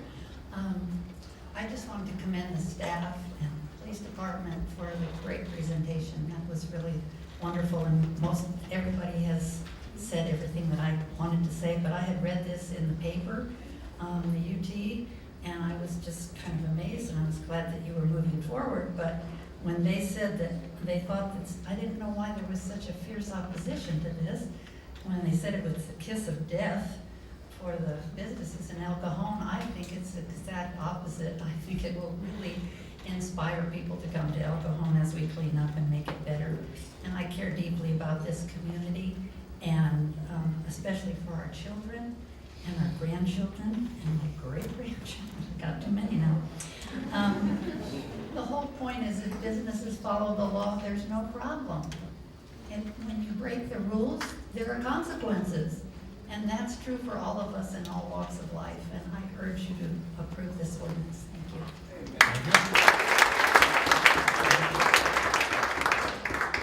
Hi, my name is Karen Gilbert, and what I have to say might be a little bit different from those, though I'm still very much for what you're heading towards. I want to give you a little bit of history based on an article that was written in 1931. Up until the 19th century, the drinking of intoxicating liquors was not considered a problem, nor was it forbidden in any part of the world. But the 19th century was a great century of industrial and agricultural development. Up until this time, the production of wine, beer, and spirituous liquors was very limited, and the trade in alcoholic drinks was, with a few exceptions, a small local one. At that time, men drank little and were sober because the total production of all alcoholic liquors only sufficed for a moderate consumption. The 19th century multiplied the production of alcoholic liquors as of everything else. Vines were planted on millions of acres on all the continents. Immense manufacturers produced floods of beer. Chemistry succeeded in extracting alcohol from a large number of substances. The making of liqueurs became one of the most powerful and lucrative businesses. Men soon were urged to drink on every side. The overproduction of intoxicating liquors is only a special case of the overproduction of everything which afflicted this time. But with this particular industry, there arises a particular grave case because it generates and almost imposes the abuse of intoxicating liquors on the masses. That was written by a European historian that assessed the struggles of the American civilization in regards to alcohol consumption in 1931. That was during the drinking prohibition. My grandfather was an FBI agent during that time. He was a dry agent, and he was killed by a mafia bootlegger. My dad went on to then sell the Herald Examiner downtown LA on Skid Row as a boy at 9 years old for 2 cents a copy. And he saw many bums and drunks on the street and talked to them and interviewed them as a young boy, and found how many of them had lost their lives in many ways, their livelihoods, their families, their jobs, their kids. And my dad swore that he would never drink because of what he had seen. My dad went on to be a superintendent of schools of El Cajon Valley here, and worked very hard to help kids who had come off the streets. Their parents had come off the streets. And we look back now at Prohibition, we think, oh, that was ridiculous, and I'm not considering that we go back to that, but you need to know that over 25% of domestic violence is alcohol related. You probably know these statistics better than I do. And I did see one statistic that 90% of crimes committed for people in prison have been under the abuse of alcohol or drugs or both. You know, our country in the last 30, 40 years have done quite a bit to curb the sale of tobacco. I mean, that's amazing. Nobody ever hit one of their kids because they smoked too many cigarettes. And yet the curbing of the sales and production of tobacco in this country have declined tremendously. Thank you very much. Your time is up. Thank you. Thank you. Bill, you had a question? Okay, so everybody, all right. We're going to take a short 2-minute break, so don't go nowhere. We'll be right back, okay? Stephen True, Elizabeth Diaz del Campo, and Arkan Solo. Okay, Steve, please come forward. Line up behind Steve. Hello, Mayor, Council, staff. Thanks for the opportunity to be here this evening. It's about my third, fourth time I've been here. And one thing that I've always been amazed by is the mural that's behind you, gentlemen. And that's because the first time I ever saw El Cajon, I was 12 years old, and I was brought out here in a spousal kidnapping. I'd been kidnapped from the state of Minnesota and brought here. And I'll never forget seeing this valley. It was so verdant, so green, after having come out of the high desert. And while I was a little distressed, being uprooted from my family and everything I'd ever known, not really knowing what the future would hold, I had a sense of belonging just looking down on this green valley. That was many years ago. And I mentioned that because I spent the next 44 years of my life sticking needles in my arms, drinking myself to oblivion, right here in your city. 20 years on the streets, homeless, living in the parks behind buildings. Everything you've heard here tonight, I've done. I was that guy. But I'm here tonight because I believe with my whole heart that someone saw an immeasurable worth in me when I was really unworthy. And I began to hear that in a conversation I began to hear in the back of police cars. When I heard genuine concern in the voice of the arresting police officers, somebody was not giving up on me. I believe that the issue here today is a human issue, and because it is, it's a value issue. And what we value, we protect. It's always been that way. Today, I'm here as a representative of the East County Transitional Living Center. I'm supervisor of the Clean and Safe program, and I clean the streets I used to trash. I move along the homeless, who used to be my companions. But I have to tell you, before I leave tonight, the other day I found some property that had been left by a homeless person not 100 feet from a residential neighborhood where children go to and from school. He had left behind 20 pounds of pornography, syringes, and alcohol bottles. While I don't know to this day who he was, I'm sure every husband and father in this room wants to know. But lest we forget what he left behind, we have to protect the things we value. It's absolutely imperative. Thank you.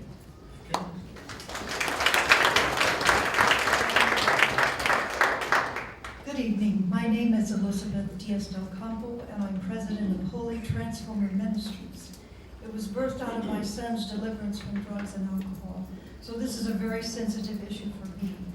I participated recently in a community outreach called 40 Days of Hope for 2nd Street, where we walked up and down 2nd Street, and we talked to the business owners, and we prayed with them about their needs, and we heard their cries and their concerns.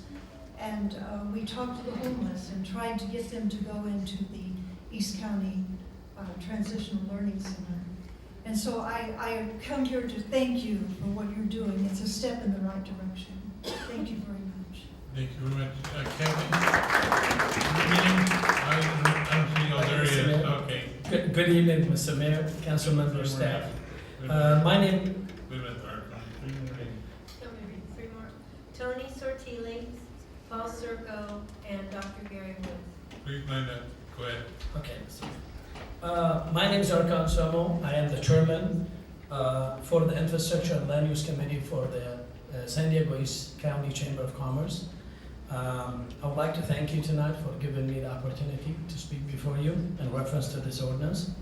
But first I would like to recognize the tremendous work that the staff have put into this, the tremendous work that the chief of police himself put into this. You have to recognize that, because without it, I don't think we can function as a city. In the same token, I have to recognize the work that the chamber have put into this. The Neighborhood Market Association, Community Against Substance Abuse, the 7-Eleven on both sides, the corporate side and the franchisee side. Everybody that I just mentioned came all together at the chamber at a 3 workshop, very intensive, to try to find common ground and to try to make this ordinance a better ordinance. And I think we succeeded. You know, I think that was exactly correct. We're almost in agreement at 95, I would say 98%, okay? And the 2% that left, and the chamber board of directors made it clear of asking you, you need to keep a balance between keep our community safe in one hand and try to create a good business environment so businesses can come to the city, invest and grow. That's the balance, it's your fiduciary responsibility. So Doug said something in our meeting that was compelling to me. One of the meeting he said, Arkan, if these wholesale licensee are law-abiding business owners, they don't have to worry about this ordinance. So I'm gonna use the same analogy and the same, principle. There is a fear that you're gonna put a lot of businesses out of business, okay? So what the chamber is suggesting and asking you is to suspend the ratification clause for 2 years, because we are going to come back in 2 years as the city manager had promised, and let's look at the result. To me, you're gonna be a win-win situation no matter what. If everything cleaned up and people got straightened out, you're in a win situation, nobody went out of business. After 2 years, we still have few bad apples. The chamber will be coming here, supporting you in the revocation. And on that note, I'd like to remind you, the chamber is asking you that you have the power to keep the balance between keeping our community safe as well as creating a good environment for our businesses to grow and prosper. Archon, we have a couple questions. Gary? Archon, I appreciate all the work you've done on this ordinance. However, there's a point where I really disagree with you, is at what point is it too much? If a store sells to 5 kids, 10 kids, 20 kids, at some point, the store is irresponsible, and we've got to protect the kids. So revocation is very important to this, because some people just shouldn't be in the business, because they keep on selling to the serial inebriates and keep on damaging our children. And if I have a choice between a business that's breaking the law and a business that's, or our children, protecting our children, the children are going to win every time. Councilmember Kedrick, I agree with you 100%, but you're forgetting one simple fact. If a store owner sells 5 times to a minor, under the state of California law, you 3 strikes and you're out. They would be out by the 3rd time, not the 5th time. So, and that's when the chamber looked at it. You're gonna have enough tools.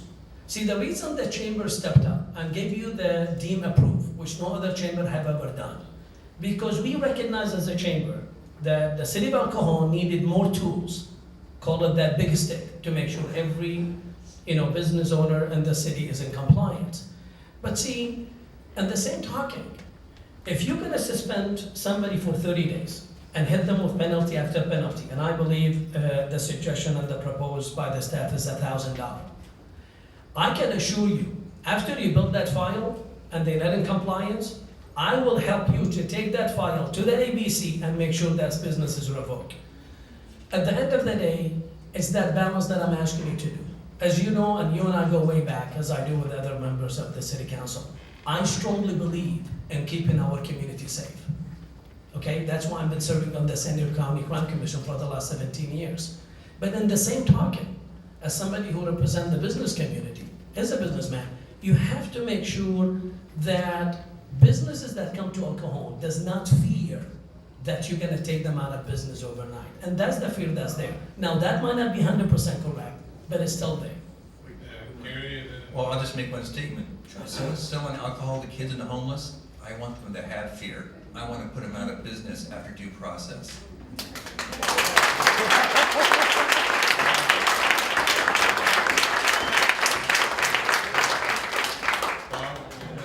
We had this same conversation about 2 or 3 or 4 years ago, and for a while you worked with some of the businesses in El Cajon, and for a while things calmed down a little bit. And I told them at that time, if you don't shape up, the second shoe will fall. Well, now the second shoe is about to fall. Thank you very much. Gary? I have a question for the police chief. Thank you, Archon. Hold on. Oh, okay, Bill. Mr. Mayor, may I ask a question? No, Bill. Hi, Archon. In a lot of ways, I think that this conversation is a little bit academic, because it seems to be very unlikely that anybody's going to get to the revocation process. I imagine that by the time they've been warned by the police, been fined $100, been fined $200, taken to the planning commission,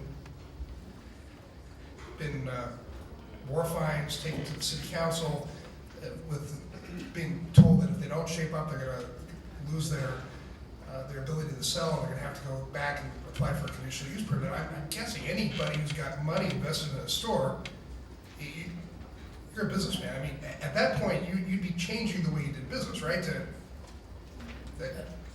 Councilman that is precisely why we believe the Chamber believes you really do not need the revocation clause. I know. So I think you and I are in agreement that it's never going to get to revocation.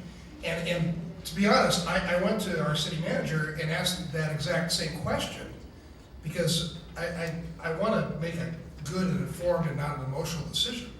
And I want to ask him the question now again, why is it important that we have that ability to do that, even though it seems pretty in much in agreement on both sides, we'll probably never get there? Well, I wouldn't quite couch it that we would never get there. Revocation of conditional use permits, regardless of what kind of business it is very, very rare. But the threat of it being in an ordinance is critically important because everybody knows it is in the ordinance. And what the ultimate result would be in repeated and continued would not be continued slap on the wrist, it would be loss of the use. So the existence of in the ordinance, even if you never actually got to that point, as you said, or being unlikely, and I agree with you, it is unlikely, the existence of the ordinance is very important. And there is certainly the possibility, although it may be difficult for us to believe, that there is a business that will continue to repeatedly break the law after multiple warnings and fines and so on. Those type of businesses are potentially out there. So, in your experience, how often do you have conditional use permits without the ability to have revocation? Never. Never. Never. All conditional use permits have revocation clauses in my experience. So, in order to have the ability to make this a conditional use permit, in your opinion, it has to have revocation. Yes, in order to make sense. As I mentioned at the top of the meeting, the very definition of conditional use permits are businesses that operate under certain specific conditions. And when they repeatedly violate those conditions, the jurisdiction, the city of El Cajon in this case, must have the ability to withdraw that use permit. And that's my problem. I've come to trust this man implicitly, and he's been in this business a lot longer than I have. And so I take his advice pretty seriously. I'd like to hear what your thoughts are on that in light of what he has told us, that in his opinion, there are no CUPs without I agree with him. I told him in the meeting, because Eric had some questions, can we have a CUP without revocation? And I've been around long enough, as you know, I'm a consultant as well. CUP in essence is a conditional use permit. That's absolutely right. But when we came to a couple issues in this ordinance, you as the city leaders have the power to demonstrate. Are you genuinely trying to take care of this problem, or this is yet another law just to shove it down the business community's throat? And to me, I didn't boo anybody when they talk. Have some respect. So I made two comments, and I did this to Doug.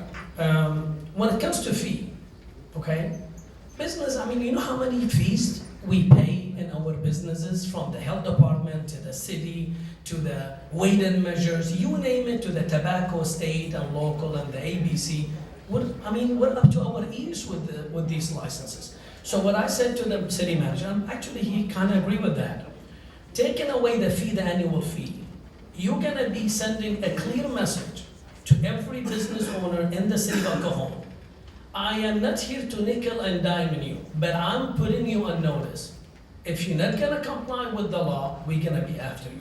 That's one demonstration. The second point I made is, if you genuinely don't want to put anybody out of business, why put the revocation there? Remember, the city manager agreed, it might take a couple of years for you to get there. But the fact is just a message. It might be just semantic like Sinead or academic, but there are a lot of businesses that I spoke to in the city of El Cajon. One of them are worried about closing down.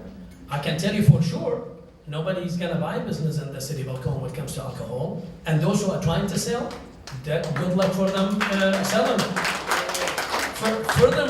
Furthermore, corporations like 7-Eleven, who are really growing in every city, all around the country, because they have a mandate to grow. They made it clear, if this goes the way it is today, they're gonna be think twice before they come to El Cajon. Are they here tonight? They are, and I hope they're gonna speak. Yeah, I hope so too. Yes. And I just want to point out, I agree with a lot of what you said, and I agreed with you that I was uncomfortable with the concept of yet another fee, an arbitrary kind of a capricious fee and fine. And my understanding is that at this point we've come to an agreement through a lot of your intervention and other people in Mark Araba's intervention that we've agreed not to have a fee. I hope that will be a fact, because today the comment that made by Majid, there is gonna be a fee, and he's gonna come back in your next hearing to propose something. We can talk about that. I don't know what the rest of the council is willing to do, but I do want to make it clear that, at least from my point of view, and I think everybody else in this council, we are firmly dedicated to making this as a friendly a business city as you can make it, but meet all of our other obligations as well. So I don't know how the revocation issue will go. It seems like that's a losing issue at this point, but the fee is certainly, from my point of view, negotiable, and I will certainly be glad to talk about that in this meeting tonight. I will conclude my comment with this comment. I was one of the people who were very excited in having our city manager to come to the city of El Cajon. I have faith in him. I think he demonstrated a great leadership, and I really have faith that this will go in the way that he told me it's gonna go. So we will be back. I can promise you the chamber will be watching, and I want to remind you one more time, the chamber was in support of this ordinance, 98% of it, and I wish you the best of luck. Thank you. Thank you very much. And Arthur, thank you for your leadership on that. Chief, can you come here a second?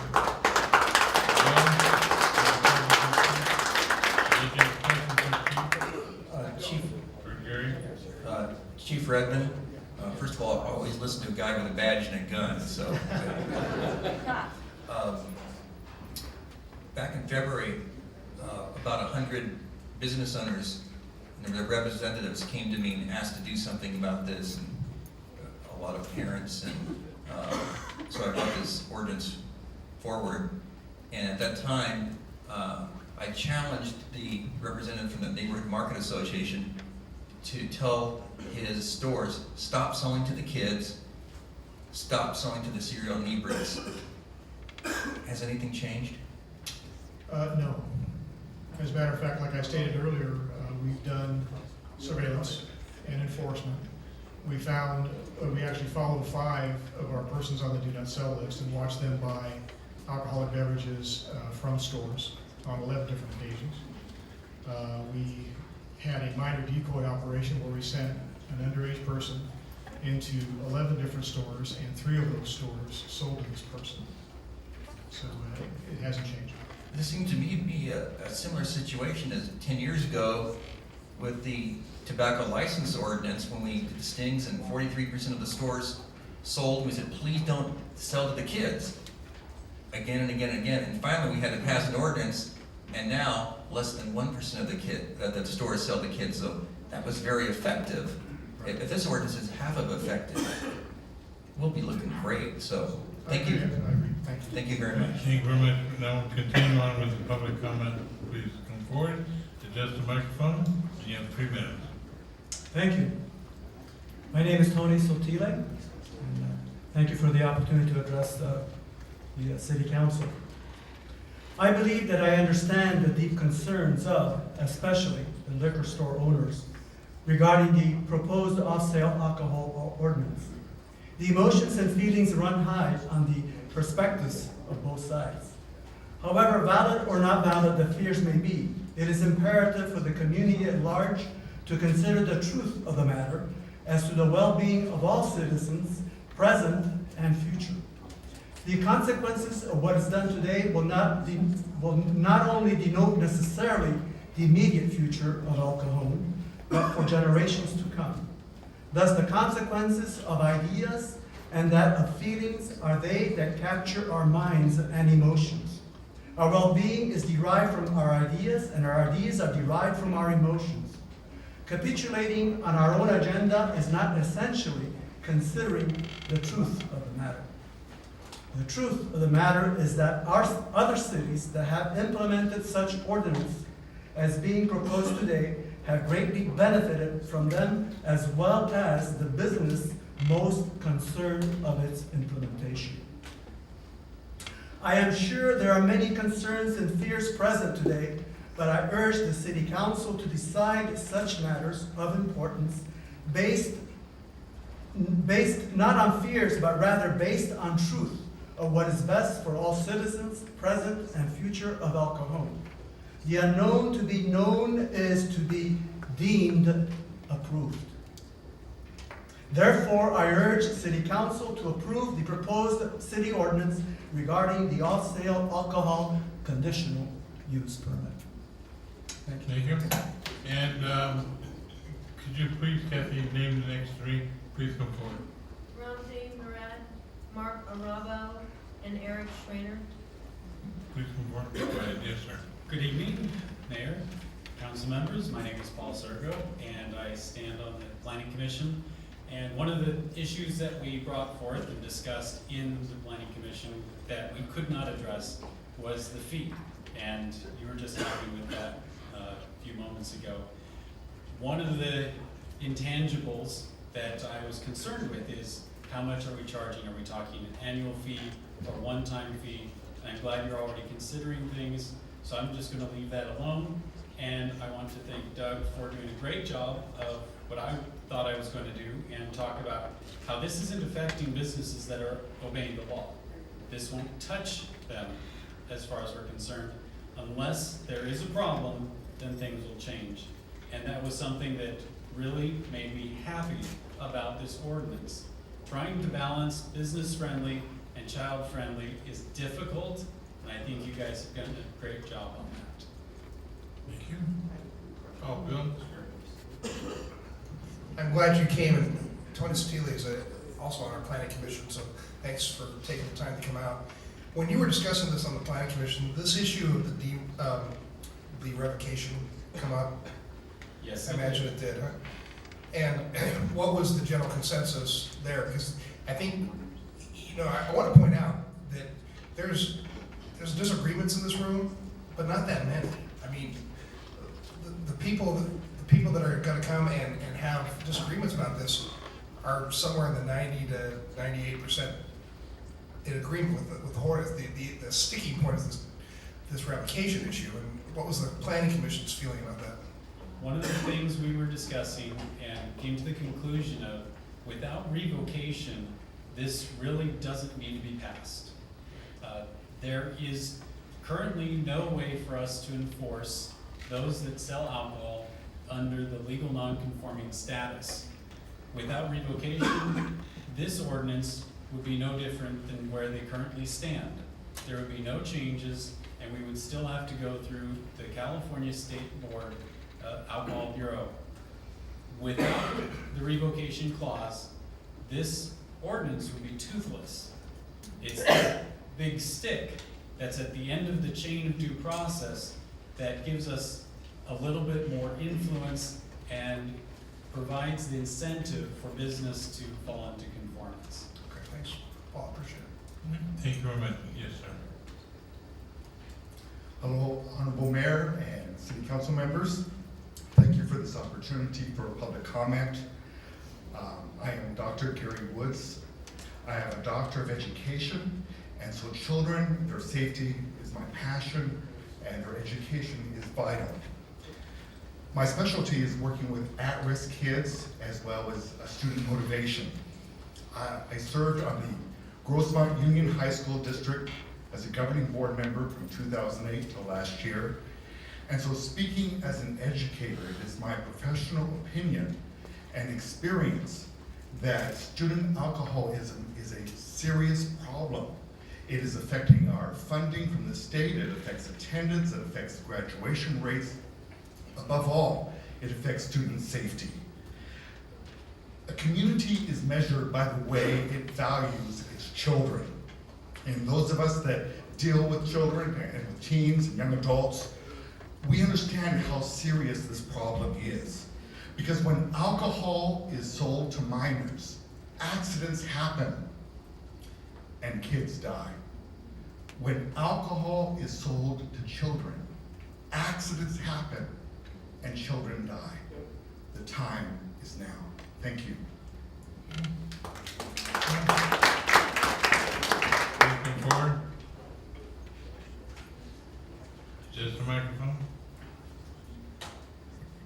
Good evening, everyone. City Council, Mr. Mayor and city officials. My name is Ramzi Murad, and I am for the past about 4 years, I've been the chairman of the Neighborhood Market Association and also the president of the Chaldean American Association. I know the problem. I had a store in downtown 25 years ago, right on 2nd Street, by the way. The problem has been always there. I mean, the homelessness, which create a lot of nuisance. With your drinking and some drug use, and definitely a problem. But I look back, Mr. Mayor and City Council, is that a problem that was created by certain stores? I know we've been dealing with this deemed approved ordinance, and I've been working with some of the City Council on this very critical ordinance. Yes, I agree with you. There are some people who are violating, should be punished, and probably the ABC is not doing enough to really catch these people. But the problem exists, and I see city of El Cajon getting worse with the homelessness. I see it, more people homeless. And I made some recommendations to the City Council. One of them was all of us work together. Because we're really dealing right now with the homelessness. You guys are all here, but we have homes. But why does somebody go in the streets? It's either drugs, or alcohol, or just somebody who don't have the money. So, I'm sorry, yeah. So, it is really serious, Mr. Mayor. Anyway, I made some recommendations. I don't like to create and enact new laws, to be honest with you. I like to, if we can avoid laws and regulations, if it's possible. And I have recommended some of the 4-step, a process that we could use, that I already sent to you. And also, I like to have all the stores that sell alcoholic beverages should be included. If you ask me why, I'll tell you why. There's three reasons why. If I was a homeless, and there are 59 stores that comply, don't sell, all of them stop selling to me, what do you think I'm gonna do? Probably I'll ask somebody here to buy it for me. Or I might commit a crime and steal it, right? The third item, I might go somewhere else and get it. So I think we should include all the stores, whether it's small, medium, large, because it's still accessible to the homeless. And the homeless are humans, by the way. I didn't like one comment by one of the people, call them worthless. They're not. I also like to see if you guys are going to vote on this. I like to see my buddy and my good friend. Thank you very much. Can I have half a minute? Half a minute. No, it wouldn't be fair to the others. I'm sorry. Okay. Well, I tell you what, I interrupted you, so okay. Please. I like to have no fee. I've been working with the City Council with no fee. And I like to see also the El Cajon PD to enforce it, to be done for. So thank you, God bless. Thank you very much. Bill? Quick question. Yes. When you say include all the stores, I assume you're talking about the stores of larger square footage.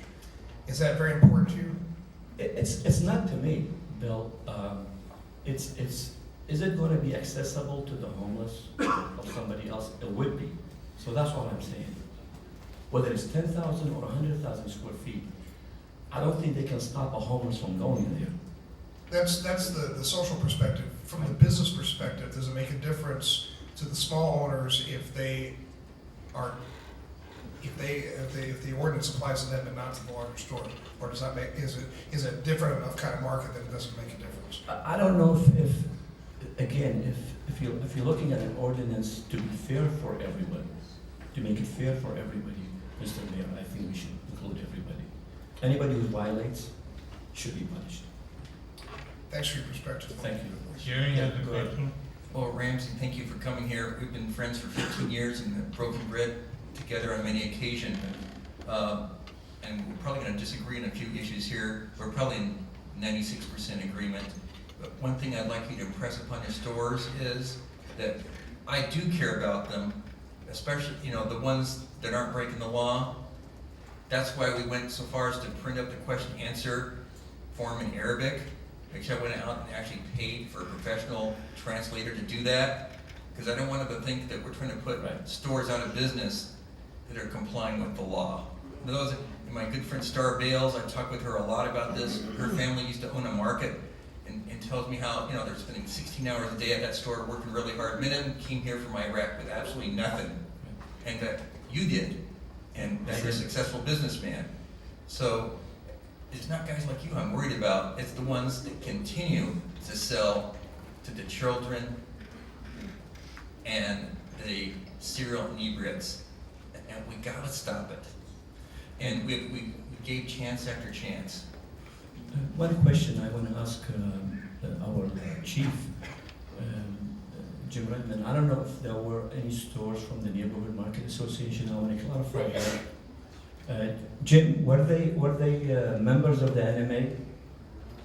I can't agree. We're not. I just, it's for my info. I like to know they are part of the NMA. We're not here to ask questions of staff. Thank you, Mr. Mayor. And please, no fee if you're ever going to pass this ordinance. Thank you very much. Thank you. Mr. Mayor, may I clarify something based on last testimony? All the stores are included. It doesn't matter how big they are, including 100,000 square foot stores. All stores are included in the regulations for alcohol. I want to make that absolutely clear. That was an issue that was vetted a month ago and was changed a month ago. Kathy, would you please name the next 3 people and please stand by? London, Atisha, Tanya, Ramirez, and Nancy Roy. Please come forward, stand in line.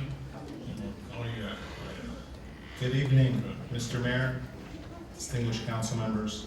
I have a quick presentation, so I want to see if we can get more minutes than the 3, maybe 5 or 6. I'll make sure I'm not repetitive, and see if that's okay with you. Okay, what about the other council? Yeah, we're okay. Say 10 minutes or 6? 10's fine, but there's another presentation after, but I'll try and make it quicker. Okay, go ahead. First and foremost, I want to call out good friends. I see the pastors, Dave, Mark, and Kevin from Foothill Church. Big fan of Foothill Church. If you all just stand up, Foothill Church, where's the love? Wait a minute, we're not here demonstrating. Well, the reason is... Both signs up, stuff like that, we don't... Well, the whole reason is there's so many things we agree upon. And we want to collaborate with the city, work with the city, and find a sensible balance between good business climate and public safety. I've been an East County resident my entire life. Born in Grossmont Hospital, father of 2 kids. I live in El Cajon. I'm on the board for the San Diego Crime Stoppers. My number 1 concern, is public safety. Now, the way the message has been framed, Councilman Kendrick and others, I take some offense to. Because if anyone sells to kids, they should be put out of business. Period. So to frame this whole issue of, these evil liquor stores, these villains, are so bad, that's not right. And I can tell you guys, it's for your leadership. We should be uniters, not dividers, like George W. Bush says, dividing communities against each other to fight. There's so much common ground. I agree with 98% of this. 98%. I stand with the chamber and say what they think is good. But I'm also driven by facts, not by rhetoric, not by politics, not by stuff. You guys know our group, we have 2,000 stores in 3 states. We employ 21,000 employees. I've never engaged in alcohol politically. So this is not about politics for me. But it's been a good learning experience to see that we want to work with the city to find a good solution. A couple issues. We've done really well with Officer Pollard and Officer Harold, the bike cops, and they've told our people that we're doing a good job. And all these signs out here, safe streets, friendly parks, robust commerce, I agree with every single thing. We need to make El Cajon the best city possible. And for me, this is not about liquor or alcohol. I could care less. The thing I'm fighting for is a government overreach. You're saying we need it. Okay, you need it. But a good business climate. You don't want to have people frustrated and say, I don't want to invest in Oakland. Let me go to Santee or Rancho San Diego. Because the comments you say, well, this only affects people that break the law. If people read the 24-page ordinance, and to keep in perspective, the city charter is 8 pages long. So the charter for the whole city is 8 pages. This ordinance is 24 pages. Because from the beginning, we told staff, we said, you know what, you better do it right because we have to make sure we run it through our attorneys, which we respect. This is the issue I have.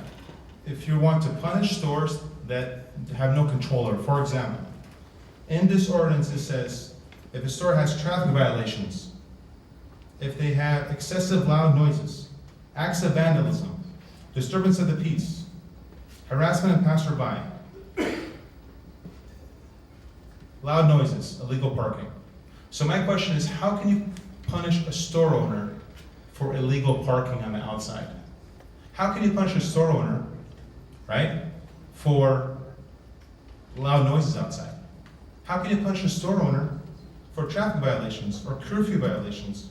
So the problem with this ordinance is they took code compliance issues, they bundled it with alcohol issues, and they're saying, you violate one of those things, if that person double parks, guess what? We could. I'm not saying that you will, you could. Go straight to the planning commission and skip the process. Straight to planning commission for suspension or revocation. Now, there's going to be challenge, planning commission most likely won't do nothing, but you have that ability. Why would you want the ability to punish a store for something beyond their control? Make this about alcohol abuse, not selling alcohol responsibly.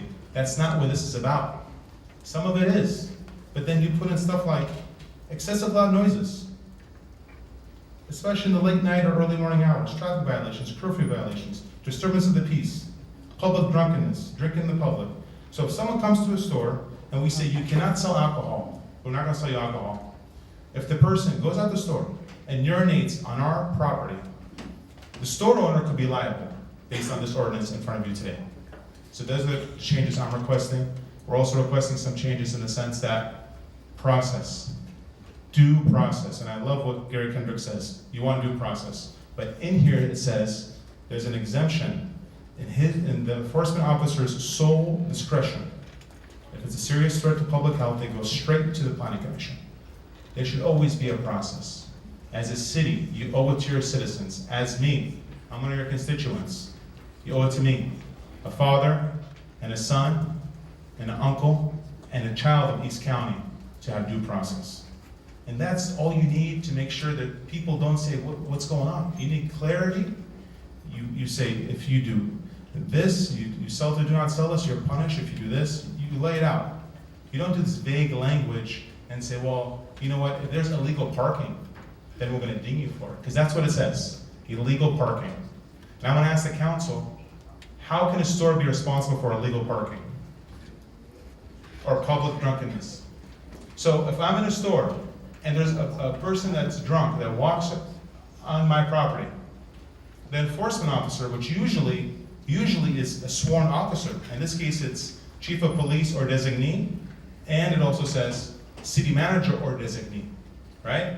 They could say, well, wait a second, you're a nuisance. Why am I a nuisance? You have a legally parked car right there. Or is there someone peeing on your wall? Why are you blaming our stores for something that's not in our control? There's a section here, and I hope you guys strike the section all entirely, or add something that says you only can punish a store for something they have directly responsible for. It's so vague, the language is so bad. That's why when we first did the chamber, we want a continuance. But if you don't do a continuance, strike the language. Say if a store is bad, if they sell to do not sell this, if they sell to minors, whatever, come down with the biggest hammer you could and put them out of business. A bad operator should not be in business, period. Because it makes all my guys look bad. And those 3 stores were not members of our association. The majority of our stores are supermarkets, grocery stores, and gas stations. I don't care about the liquor part. I care about a good business climate. I'm a small business advocate. I care about jobs. I want to bring jobs into Oklahoma. Clean it up. I agree with everyone in this room. Let's work together. Let's not fight and divide and say, oh, it's you against them and you guys are villains. because it's convenient for you to make us villains? Look at facts. Read this ordinance. And that's why I wanted to hear from the council. How can you punish a store by something they have no control over? Like public drunkenness, like illegal parking, like excessive loud noises, especially in late night or early morning hours, like traffic violations, like curfew violations. I mean, do you guys want to have our stores be sworn officers to police the streets next? Do we need to hire a pee police? Make sure no one's peeing on our walls? To make sure we're not out of business? So I'll tell all my stores out there, all hire a pee police. Make sure no one's peeing outside because you might lose your license. That's not what we should do as a city. We should focus on bad apples. Get good legislation. Public safety first, good business climate second. We're all on the same page. We're not fighting each other. I don't fight. I would not come here and fight. And the last thing I want to say, Mr. Mayor, thank you for your time and thank you for the staff. The most comment that I really was upset today, really it hurt me, and I hope all you guys publicly denounce it, is when you said, when the one speaker said homelessness are worthless. Homeless people are not worthless.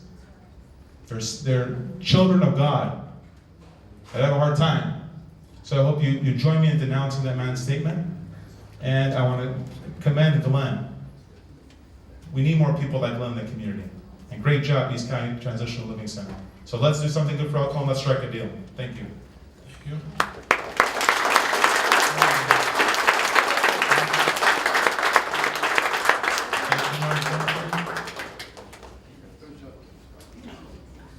Good evening. My name is Eric Strainer, and I'm a partner in Seltzer Kaplan, McMahon Vitek. We represent Neighborhood Market Association concerning the proposed deemed approved ordinance. And I'd like to ask for some additional time, like about 6 or 8 minutes, if that's possible. We just heard a representative from the neighborhood, so we're dragging out too much. Usually give me 3 minutes, so you have something new that we haven't heard yet?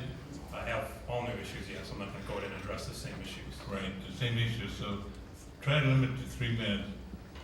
Because we'd like to give everybody a fair chance, and it's getting late, so we don't want to be losing our crowd before we make a decision. I So try understand. to do it for 3 minutes at the most, and then another minute we'll see, okay? Okay. Neighborhood Market Association has been working with the city and other interested parties to develop an ordinance that balances public safety and the rights of small business owners. Unfortunately, the ordinance before you today is not ready. As proposed, the ordinance is fatally flawed. The proposed ordinance fails to adequately protect the vested rights and due process rights of small markets located in El Cajon. A vested right to conduct a business may only be revoked if the business fails to comply with reasonable terms or conditions expressed in a permit, or if there is a compelling public necessity. To satisfy the compelling public necessity requirement, the city must first impose reasonable conditions on a business before going to revocation hearing.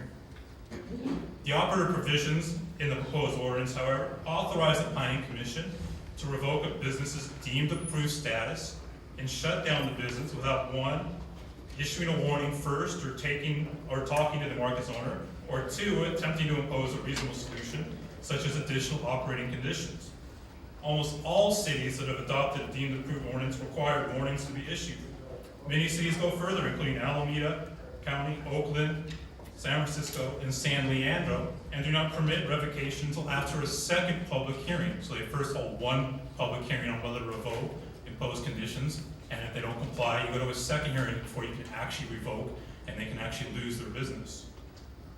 Due process requires that at a minimum, the Planning Commission first impose reasonable conditions to impose and remedy the situation. Since the Planning Commission hearing, the city has modified the proposed ordinance. The agenda report indicates that there are non-substantive technical edits for consistency with the Planning Commission's recommendations. The changes, however, are not identified, leaving us in the dark as to what the changes are. At least one change is substantive. The ordinance before you tonight includes a definition for the term to modify or a modification to a business. That was not presented to the Planning Commission. In fact, I raised this issue at the Planning Commission hearing, that the ordinance was vague because an existing business would not know what it meant to modify their business and when they'd have to go to the city and obtain a conditional use permit and the time and expense that that requires. Any modification of proposed ordinance not previously considered by the Planning Commission during its hearing, however, must first be referred to the Planning Commission in accordance with the city's municipal code. That has not occurred yet. The proposed ordinance is also an impermissible zoning regulations.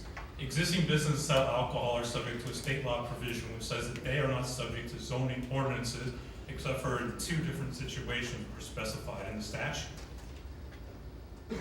What you're proposing tonight, though, actually includes zoning provisions that are not allowed under state law. The city cannot impose new zoning regulations on the sale of alcohol by existing businesses. Thank you very much. We need to wrap it up, so are you about ready to wrap it up? Yes, I am. The other issue I would talk about is that large markets are granted preferential treatment. Large markets are not required to get a conditional use permit if they open up a new store. There is no support for going ahead and differentiating between the stores. They sell alcohol, they should be required to get a conditional use permit. And that violates people's equal rights. Right, thank you very much, sir. Thank you. Next.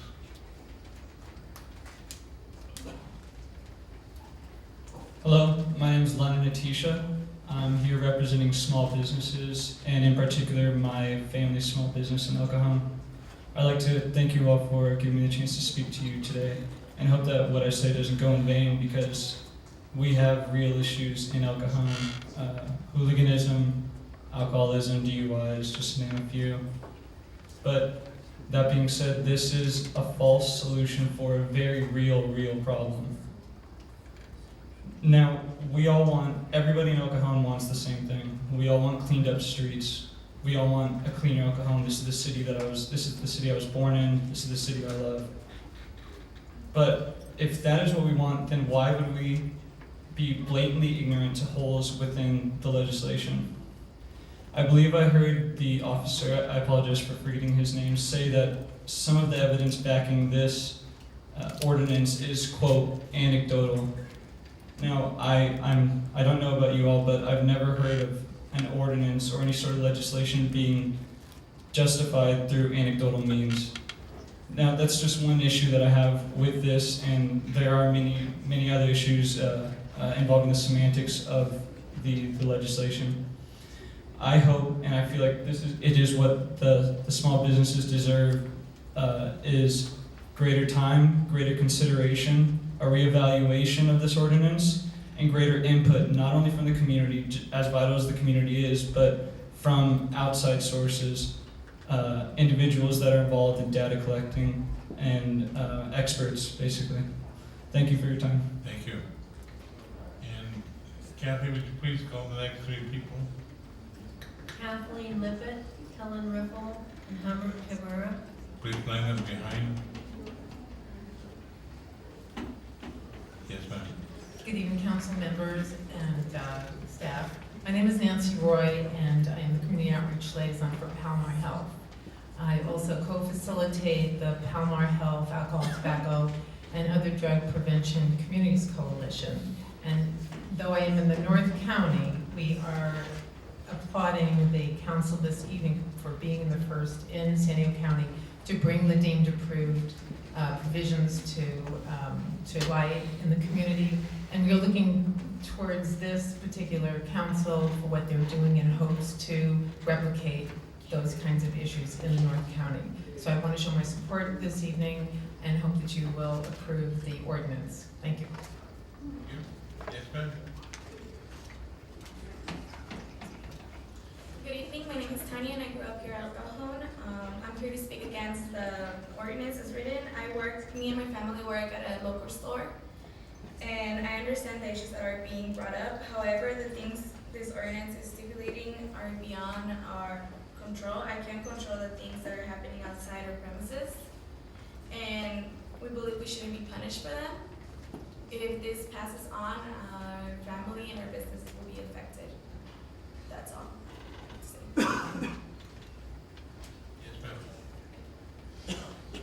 Good evening. The ABC regulations used to say that after 3 sales to a minor within 18 months, the license shall be revoked. That language was changed to may.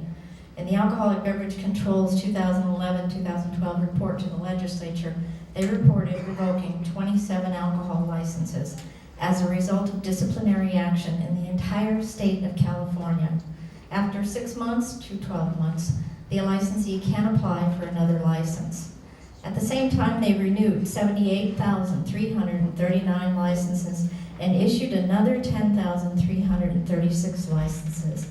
How can making a community safer be bad for business? Thank you. And, excuse me, Kathy, you have any other? Gary Davis, Kathleen Norman, and Chris Dugan. Please, behind the building. Members of the council and honorable mayor, I'm Helen Meredith Riffle, and I've been a resident of El Cajon most of my life. 35 years ago, when I graduated from Granite Hills High School, 2nd Street was known for the place where you cruise around and look for cute boys. Now it's known for a place where homeless people hang out and that they're serial inebriates. And as a mom who has teenagers who I'm raising in this town, I want to see that change. And I applaud you for making that difference, because our kids matter. And what's good for families is always good for business. And what's good for business should always be good for families. Thank you. Yes, sir.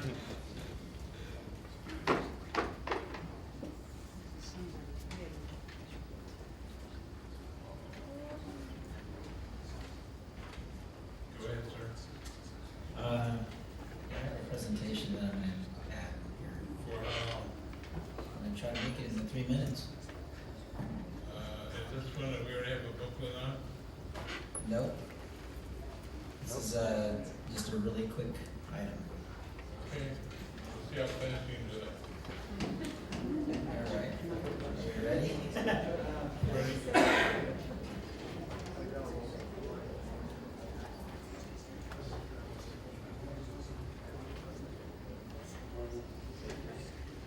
All right. I'm here representing a lot of the businesses that are off of El Cajon Boulevard, and also everybody's familiar with me. The city manager has worked perfectly in this situation, and the planning manager has done an excellent job. What they have done, I've been working on for the last 5 years. I've been working with Barbara Ramirez, Melissa Ayers, and Mr. Williford comes in and in a few months gets the job done. This is an excellent opportunity for El Cajon to improve. El Cajon no longer has to be thought of as the armpit or the orifice of San Diego. We can be what we used to be. When businesses used to come here and they used to never even think about another place. This is the first step. I hear the business concerns of the private businesses, so I encourage you. 11 of them came into my small office off of El Cajon Boulevard, and I spoke with them. And what the city manager is saying, that most of them were honest and fair and trying to work with their community, is true. But we need to target the bad apples, those people that are riding the coattails of the people that are in the groups for the city manager, for the neighborhood market. Those people that aren't even members, but riding their coattails. And we know who they are. We know those people that don't comply with signing ordinances. We know those people that have machines and things in their walkways. We know that people that laugh at the building and zoning and planning codes. We know who those people are. We could shut them down now. Let me show you up on the slides how many ordinances, I'm looking at just this one store, is not obeying right now. All of these. I mean, I could go through every one of them. The International Building Code, plus all the ordinances that are not being followed today. Illegal sinks, illegal aisleways, not adequate shelving, the signs are improper, health and safety issues, fire code issues, all the trash bin issues, signs, buildings that are not there, uses, people selling cars in the back of their, somebody was talking about, how can we be responsible for people parking? Well, they actually block off their parking that is required for them to get a permit, and then they sell cars back there, and then they have no parking for their businesses. That's how it works. Roof signs that aren't permitted. Here's the thing. I deal with people all the time that are small businesses, and you guys come down and you have to take a look at yourselves for a little second also. you guys come down like a hammer on them. I get some people that are just painting their little parapet or trying to do a little sign, and here comes the building department. They have to do ADA, they have to change their this, they have to change that, they have to go through ordinances and everything. But yet these people get away with everything.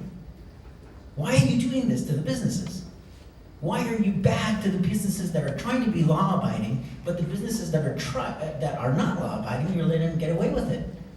Well, let's get down to this, because my time's almost up.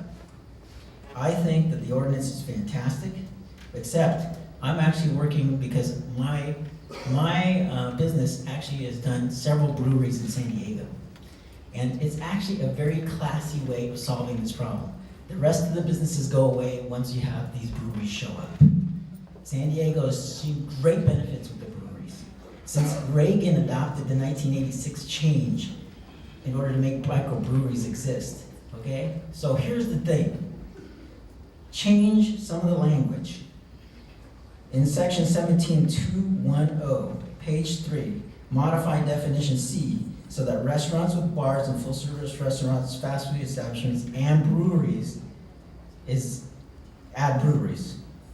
In section B, add breweries as an exception.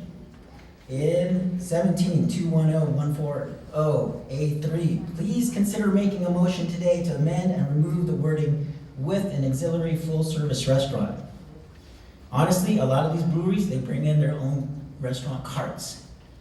Okay, if you force them to have a restaurant in their brewery in order to be considered a brewery, that's not a brewery. At least it's not in North Park. It's not in most parts of San Diego. I'm going to leave you with this really quick. If I can just paraphrase Thomas Wolfe a little bit. To every person, their God-given chance, regardless of their birth. To everyone, their shining golden opportunity. The right to live, to work, to be his or herself, and become whatever their resolution and vision can combine to make them.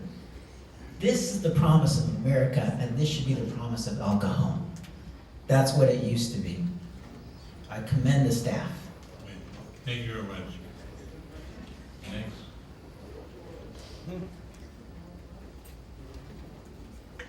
Just the microphone, please. Mr. Mayor, City Council, City officials, thank you for letting me speak. I own a small business on 2nd Street in El Cajon, and the homeless, the alcoholics, the drug addicts, whatever, are out of control. I'm there every day, and they're walking up and down the place like they own it. This morning, I was accosted by a couple of them, asked them nicely to leave, ended up into a semi-altercation. I had to end up calling the police. I mean, it's just absolutely crazy. Now they're going, we don't have to leave, this is public property. No, you do have to leave. I mean, it's really getting bad. I don't know if you guys are actually go to 2nd Street and watch it for an hour or two. It's like Skid Row. And I'm sure that's not the only place. I know the Oklahoma Police Department did a great job when they came through and helped get us clean there for a little while, but they're right, it just moved them on to a different place. I think this ordinance is a great ordinance. Take away what they're there for, and they will go away. So thank you very much. Thank you very much. And Kathy, can you call the next 3 names? Justin Stark, Dana Stevens, and Ninus Malin. Can you please line up? Yes, ma'am. Good evening, Mr. Mayor and the councilor and all of you. I stand here, I'm president and CEO of the Peace Coalition. I don't live in El Cajon, but I'm interested in you. I've been out here before, and when I come out, I see the same thing happen, you know. And I know that many kids where I live, I fight for, die. And it's not alcohol, it's drugs. And I think that's what you've left out. I think the homeless rides with the drugs. I don't see very many alcohol people really getting in trouble and causing fights and stuff. I see the ones with drugs. I ask that you would consider that in your audience. And most of all, I stand to say, I'm an advocate of small business. Please look at your small businesses. I think tonight I've heard all the testimony about what has happened, the homeless and everything, but then the businesses suffer. We need our small businesses. We survive in small communities with small business. And I wish that you would redo the ordinance. I oppose the ordinance, and I ask that you take a good look at it. Thank you very much. Thank you. Yes, sir. Good afternoon, Mayor, Council, staff. I will be brief. I know everybody's hungry, want to get out. My name is Chris Duggan with the California Restaurant Association. Hope you get out and eat in your local eateries before you get home, before they close. With that being said, I followed this. First and foremost, like I said, I'm going to make three quick statements. One, thank you all for really taking leadership in this issue you guys have out here in regards to alcohol. Staff, you worked real hard on this, so we thank you on behalf of the CRA. You really did a good job.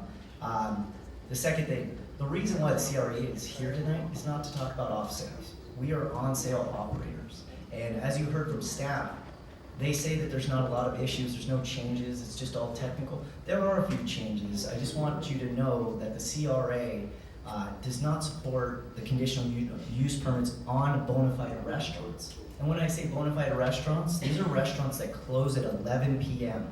They do not have dancing, no cover charge, and they usually sell 65% of their food and 35% liquor or alcohol.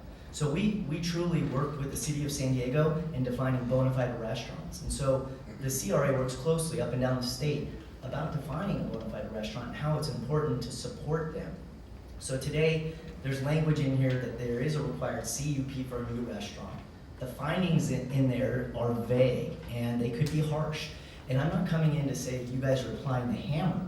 What I'm saying is the CRA looks very closely, and our members, 6,500 in the county of San Diego, they look very closely at ordinances. They hear from you that you want to come out, open up, bring out the breweries, let's bring out the restaurants. But they task me to look at ordinances. And if there is possibly an issue with an ordinance that they can get them in trouble down the road. And so that's why we work closely with the city of San Diego. We work very closely with the city of Encinitas. Tomorrow night, I will be dealing with this very issue, deemed approved ordinances, before the city council.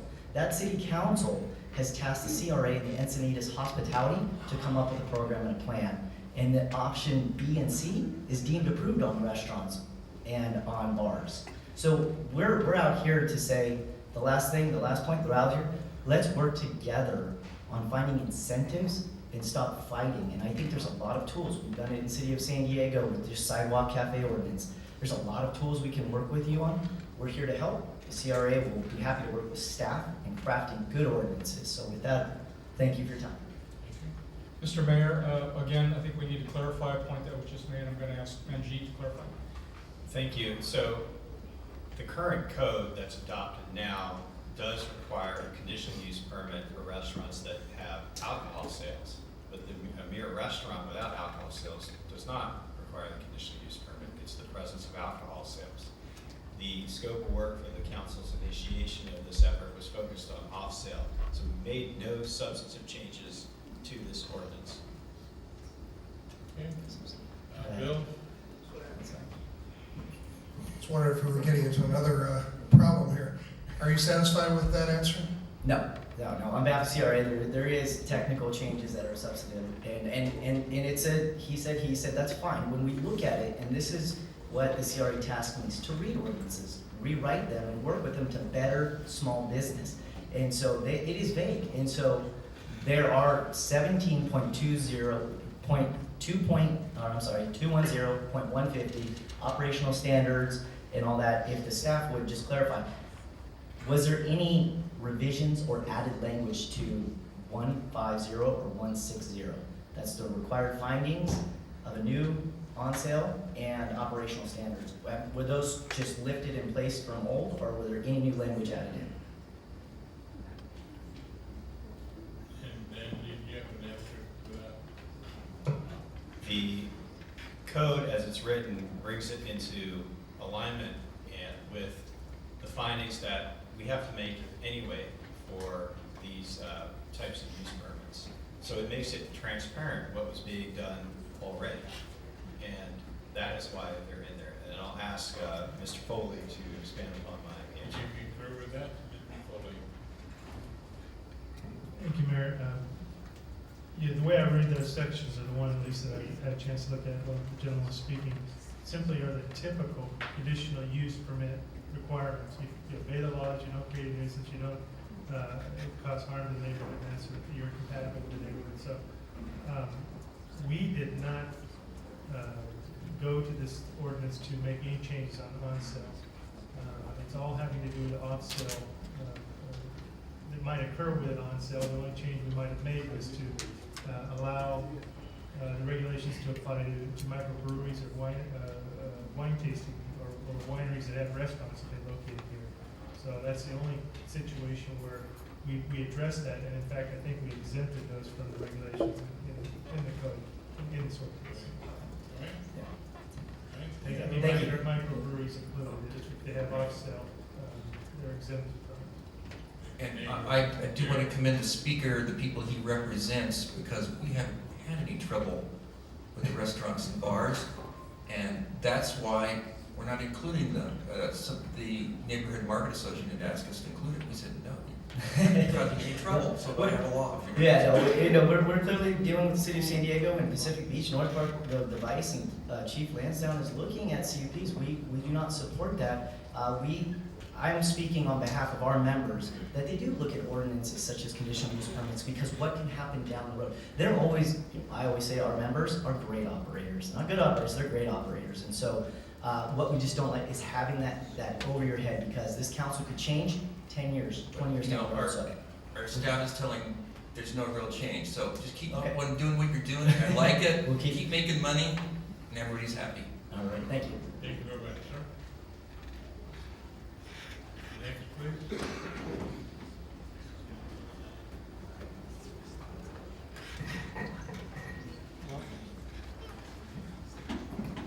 Hello, council, mayor, staff. Thank you for hearing me today. My name is Ninas Malan. I'm a local real estate agent, resident, and developer. I've been hearing a lot about how alcohol here is a key problem. How because of the behavior of the homeless, serial alcoholics, and panhandlers is the reason of this ordinance. Well, if that's true, then why are we targeting a certain alcohol outlets? Why not all? You say this ordinance is about pro-business, but you're directly attacking small business. What you're going to do is kill the local economy. Do you understand that this is for the city that you represent? I understand that alcoholism is a problem, but don't tell me that it is only from small businesses. Not from stores 10,000 square feet or larger, or not from bars or restaurants. If you want to pass an ordinance, pass it fairly, all across the board. Don't just segregate a certain category of retailers. Initially, when this initiative started, Mr. Councilman Kendrick, you said it was regarding homelessness. And today you mentioned a lot about children, which I agree. Children is very, very important. So is public safety. Did you know that our city of El Cajon has the highest DUI rate in the county? Don't tell me that every single DUI suspect that's arrested is a homeless person or a person that bought it from a small business. There's a lot of people that are arrested because of leaving a bar or a restaurant. So why don't we make it fair across the board? I don't know what your true intentions are, but all I can say is let's put the axe away, let's stop attacking small businesses, and make it fair across the board. And also, I support the Chamber of Commerce. Thank you for your time. Thank you.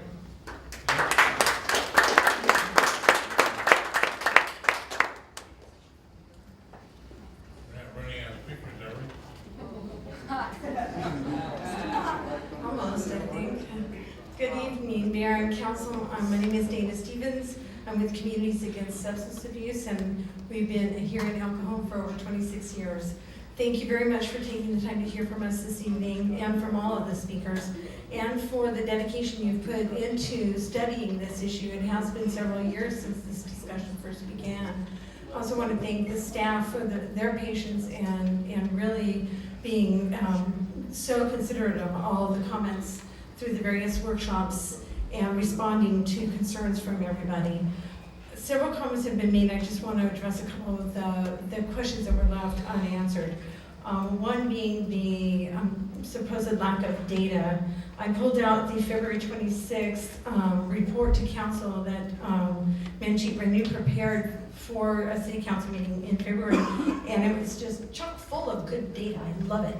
And right here on the second page, it talks about the fact that that non-DUI related crime in El Cajon increased between the period from before the task force, the Coalition for a Better Community, until after that. So from 2011 to 2012, it increased. Non-DUI related alcohol crime increased by 59%. This was during the period when we had all these promises from the liquor licenses that they were going to clean up, that they were not going to sell to the serial inebriates, that they were not going to have all these same problems, and yet crime increased over that period.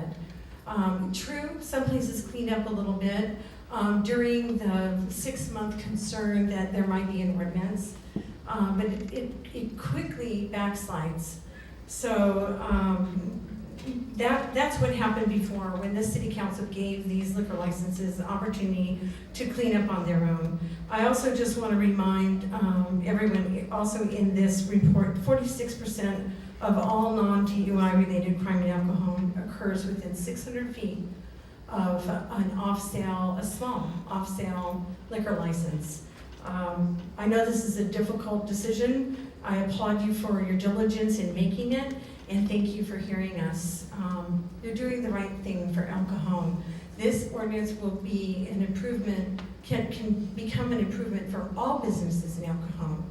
It might be a bitter pill in the beginning for the 79 off-sale liquor licenses in El Cajon, but it will be an improvement for every other business that suffers because of this alcohol-related crime in our community. Thank you very much. Thank you. Kathleen, how many cards do we have left? I have 5 cards left. Okay. So, do you want to call the next three people? William Adams, Eric Lund, and Joe Barker. Please come forward. Good evening, Mayor and City Council. Thank you for having me here. The last time I was before you was approximately a year ago. My name is Bill Adams. I represent 7-Eleven, the corporation. At that time, we had appealed a planning commission decision, and what we wanted to do was open a store on Chase Avenue, which we have done. And what the council decided was that if we could buy an existing store from an area of undue concentration in the city of El Cajon, then we would have the right to sell beer and wine. And that was enough to give 7-Eleven the green light to go forward with the project. Even though they didn't have a license at that time, they did find an existing license. And I hope that that was a license that was one of the problem makers, one of the licenses that was allowed to sell the small bottles. If it was, it isn't anymore, because now it has new conditions that limit the volume, the quantity of sales, etc. Under this ordinance, you will not be allowed to do that. You heard staff tell you that this ordinance gives you more control. And I should say, I'm speaking to the new store portion of the ordinance, not the enforcement portion of the ordinance. Actually, what this does is take away your authority. It takes away the planning commission authority to allow new stores on the valley floor. I have had extensive discussions with staff, and they conceded that this essentially creates a ban on any new stores with off sale on the valley floor, notwithstanding that they don't increase the number of licenses. The reason for this is that the terminology used in the ordinance about areas, census tracts with high crime or an overconcentration of licenses refers to the ABC statute, which applies to nearly every business district in the state. It's a formula that unfortunately business districts just tend to have a higher crime rate than the average overall. They also tend to have a higher number of licenses, which is based on number of residences. In staff's flawed logic, they told me that they are not taking away your authority with this ordinance because you are exercising your authority to adopt this ordinance, abdicating your authority. Well, that's the first I've heard that type of logic. This ordinance would not only prevent 7-Eleven from buying existing licenses, it would also prevent high-end specialty or gourmet grocers, wine stores, craft beer stores, stores like Wine Steels or Bon Appetito groceries, Italian groceries. Staff, I found this troubling too, advised me that those stores would not want to come to 7-Eleven, to El Cajon. El Cajon doesn't have the demographics for those kind of stores. I find that a very bleak view on El Cajon. Thank you very much. Your time is up. Thank you, sir. Thank you. Eric? Thank you, Mr. Mayor, City Council, and staff. First of all, I'd like to begin by saying that I'd like to support what Archon said. He spoke on behalf of the chamber, and I was actually teaching at Grossmont College tonight, so I got here a little late, but I want to thank you all for considering this ordinance that's before you. It is groundbreaking in that this will be the first liquor ordinance in the entire county of San Diego. So I again want to thank city staff, especially City Manager Williford and Mr. Ranu for working with the Chamber of Commerce and working with the business sector to ensure that we write a really good ordinance. And I have to say that we were apart on some issues and we found a lot of common ground. We actually are not very far, and I think that Archon actually mentioned this, that we're like 98% of the way there. I think the whole business community really does support the ordinance, which is a really strong thing to say, that we all want a safer, better El Cajon. But at the same time, what's really important is that we protect business also so that we attract positive, good business growth, and that we don't create an environment where some stores, some businesses will look at El Cajon and go, well, there's an extra layer of regulations and ordinances there that I'm concerned about. I might go to Santee, or I might go to La Mesa, or I might go somewhere else. So I just ask that we carefully consider the ordinance that you have before you. We do support it. There are a couple of things that Archon mentioned that we would like to see changed. I think if you made the one change, which is the revocation, and you took that out of this ordinance for the first 2 years, you could add it in later on when it's reviewed. I know that I heard that takes the teeth out of it, but you still have a full year that you can suspend a store. I don't know many stores that could survive a year suspension on their use permit. The other thing is, if you look at the flip side of it, revocation has only been used, according to the last planning commission meeting, one time in the last 10 years. And that was with a towing company. It wasn't with any liquor stores. So it might be a big bat. I just don't know that that's so important that you want to not get the whole business community behind you. I think you could do it if you made that change. Thank you. Thank you.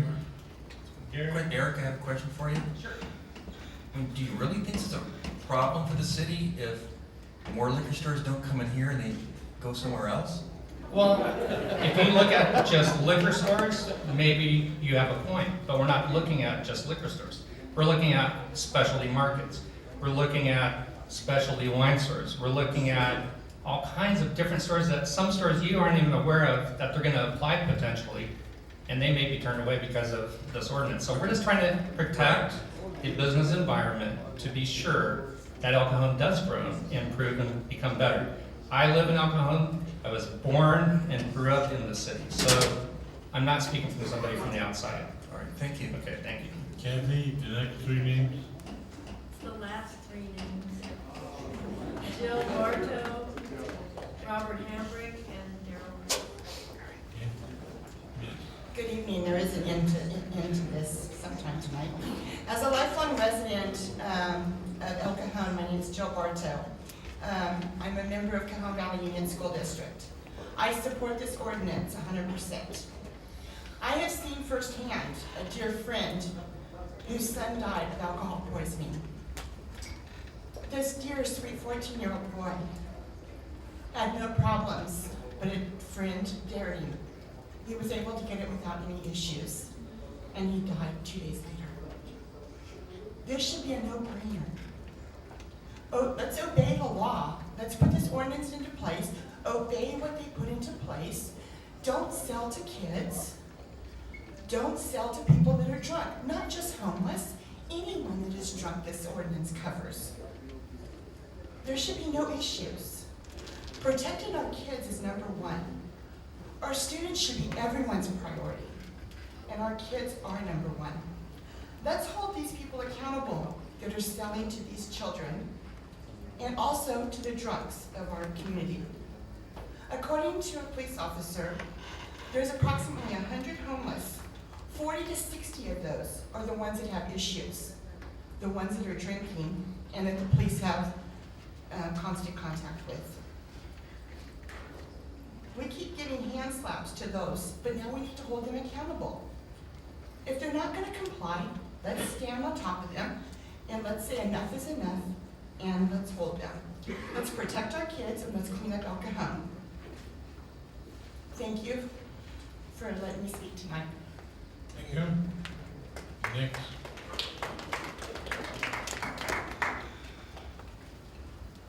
Just the microphone, sir. Good evening, Mr. Mayor, City Council, and staff. My name is Bob Hambrick. I lived in the El Cajon Valley for over 25 years. My credentials are that I'm a retired probation officer. I worked next door for 10 years. I've worked with children, I've worked with adults. Currently, in my retirement, I'm working as an alcohol and drug counselor. With just two issues. First, selling to minors. With any conditional use permit that's put in place, perhaps what we might get is much closer oversight, hopefully with some teeth within that conditional use permit in order to force businesses to comply with the law. Protection of the community is one of the basic pillars within the probation department. I don't speak for that department anymore, but it is still one of their pillars. And it is incumbent upon the city council to also protect the community. And when it comes to juveniles who are getting alcohol, I remember how easy it was when I was a kid. It's not any harder now than it was then. I've been in a lot of stores where they're very diligent and they work very hard at that. I think it's a matter of integrity from that store. And I think that if everyone is held to that standard, that will be a better community. On the other item of the airline bottles, they are a blight on our roadways. If anybody takes a walk around El Cajon, all you have to do is look on the side of the street in the gutters, and that's what you'll find there a lot of times. For those who drive, they'll never see them. But for those who are driving and drinking, it's very convenient to take that airline bottle, gulp it down and throw it. That way you don't have to worry about a police officer stopping you with an open container or something that looks suspicious, although you may have it on your breath. Either one of those are enough for us to consider having an ordinance that will make the whole community more accountable to exactly what the law says. We don't have enough ABC agents out there to do the job. So perhaps we need to have some other things, and what will end up being is a gym in San Diego County, rather than what somebody called the armpit. I'd rather not be called that. It's very derogatory. But I would like to be called the gym of San Diego County, and it may be part of this ordinance may be a part of that to make this the gym of San Diego County. Thank you. Is Daryl the last one? Yeah. Daryl Priest. And I've heard a lot tonight about small business. And our group, the El Cajon PBID, we represent over 200 small businesses. Starbucks, Quiznos, Fantastic Sam's. Our board has voted 9-0 to support this ordinance the way it's written and the way it is right now. And the reason we do that is because we feel like there's a problem in El Cajon that has to be solved. And I think that when this thing gets implemented, hopefully, that it'll actually be better for everybody. It'll be better for the existing businesses, and it'll also be better for the liquor stores that think right now that it's gonna be a problem, but it's not though. As you know, I'm a real estate developer. I think I built 605 houses in this town. I got another 137 to go in the next year or so. And I'm in the most regulated business that there is, right? At any time, they can come and pull my building permits. They can pull my subdivision map. I mean, I'm under revocation every day, every minute, and I have to ask for things. And I can tell you, your staff is probably the best, fairest staff in the whole county. I mean, I love building here. I mean, it's a lot easier, even easier than Santee where Doug came from. And not that they're easy to give stuff away, but they're fair though. And if there's a problem, they will work with you to fix it, right? It's how to get to yes, it's not how to get to no. So I think whatever fears that the liquor stores have, I think they're totally unfounded, and they're gonna find their business is gonna do better. Just like when you buy an apartment complex and you fix it up, you get better clientele and you actually make more money. I talked to a partner of mine who owns a couple thousand units here in this town, and he agrees with this 1,000%, right? It's making El Cajon better. I don't see any downside. I see nothing but upside. So as the president of the PBED, with the board's approval, I mean, and representing over 200 small businesses, just like Chamber of Commerce does, we're 1,000% in favor of this the way it's written. And if anybody has any experience with having to clean up an area, it's been us. I mean, you know what El Cajon, their downtown looked like 15 years ago, looked like 2nd Street. I mean, it did. When I first bought the property there on Main and Magnolia that Mark talked me into buying, there was a fountain on the corner, if anybody remembers. And the first time I went and took a look at it, there was a guy with a bubble bath in the fountain, taking a bath. He had bar of soap, and he was soaping up. I remember turning to Mark and go, you want me to do what? I'm going to build a building here and invest money? But we went ahead and did though. And look at it now. We just signed a lease with Borrego Medical. They're going to come in. You know, look how much it's cleaned up. And part of the problem is probably the problem on 2nd Street is to blame on us. We've done such a good job cleaning up our area, they're going someplace else. So let's clean up 2nd Street and get them to go to another city. And I think this will help right here. Because El Cajon that I grew up in, I've been born and raised here too, and born at Grossmont Hospital in 1958. You know, I remember what it looked like also. And I think we can get back with that. And I think with the staff you have now and their pro-business attitude is helping. You heard Mercedes-Benz, BMW, the brewery's coming back. We got rid of the F Street bookstore. You know, we have the sign in our thing. We finally got rid of them. Right. Things are on the mend and we're heading in the right direction. And I think this is 100% in the right direction. And again, I think some of the people that spoke, once they get over the fear of the fact that you have a little bit of power over them, and they see how well the staff works and how it cleans up their businesses, I think they're going to make more money, not less. And so I don't see any downside to this whatsoever. Nothing but positive. All right, thank you very much, Daryl. Any questions, Daryl? All right, thank you Thank very you. much, Daryl. And we'll move to close the public hearing. Move second, please vote. Several hours in a hot room to support this very, very important ordinance. And I was thinking the other day, and when do we say enough is enough? When one child's life is ruined by alcohol, when 10 families are destroyed, when 50 mothers check their children into rehab, at what point do we stop protecting the liquor stores and start protecting our children? We must not appease the guilty to protect the innocent. And I think this is a very important ordinance that will absolutely change this city. We're in for a new day. So I absolutely support this ordinance and the way it is written. I think that the staff has done an excellent job. That we've never had an ordinance vetted out so much over 6 months of numerous meetings. We never asked the Chamber of Commerce to come in on an ordinance and give us ideas. But one thing I'm not going to do is I'm not going to make a toothless ordinance, which is what's left that the Chamber wants. I'm not gonna say, oh, this is a great ordinance, wink, wink, and we know it doesn't work, because other cities have done that. You know, where they say, okay, we're gonna do alcohol stinks, but let's call the organization that oversees the liquor stores and let them know a day in advance, so they can do the phone treat, and they call all the liquor stores and say, hey, don't sell alcohol to kids tomorrow, because the sting guys are coming out. And then they report back to city council with the police and say, you know, no one's selling alcohol to kids. This is a great success, wink, wink. You know, I'm not gonna do that. I'm here to make a change, and this is a change for the better.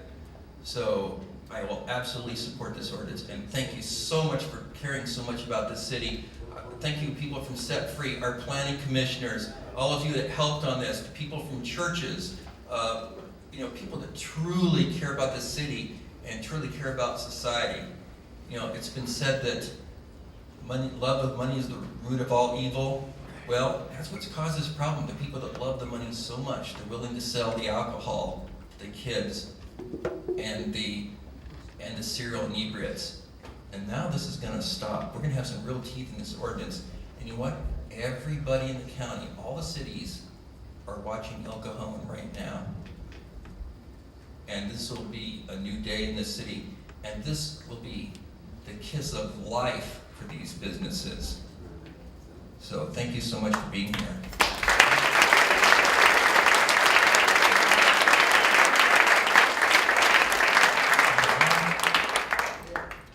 You know, I was ready to do this 2 or 3 years ago when you brought this up, Gary, and we had all the testimony and everything.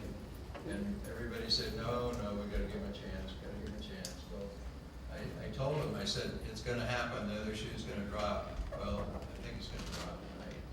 So we need to pass this ordinance and get on with our lives and let the people that are disobeying laws and causing problems in El Cajon suffer the consequences. It's kind of like the carrot and stick, and I think this is the stick.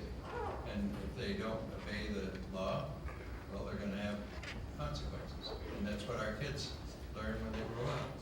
If you run out in the street, you're going to be punished. Well, this is the same idea. It's a carrot and a stick. You have to have consequences for things that you do. You got to take personal responsibility for your businesses, your stores, and don't do the things that you're not supposed to do. And you'll all do a lot better in El Cajon. You'll all make more money. Thank you. Bill?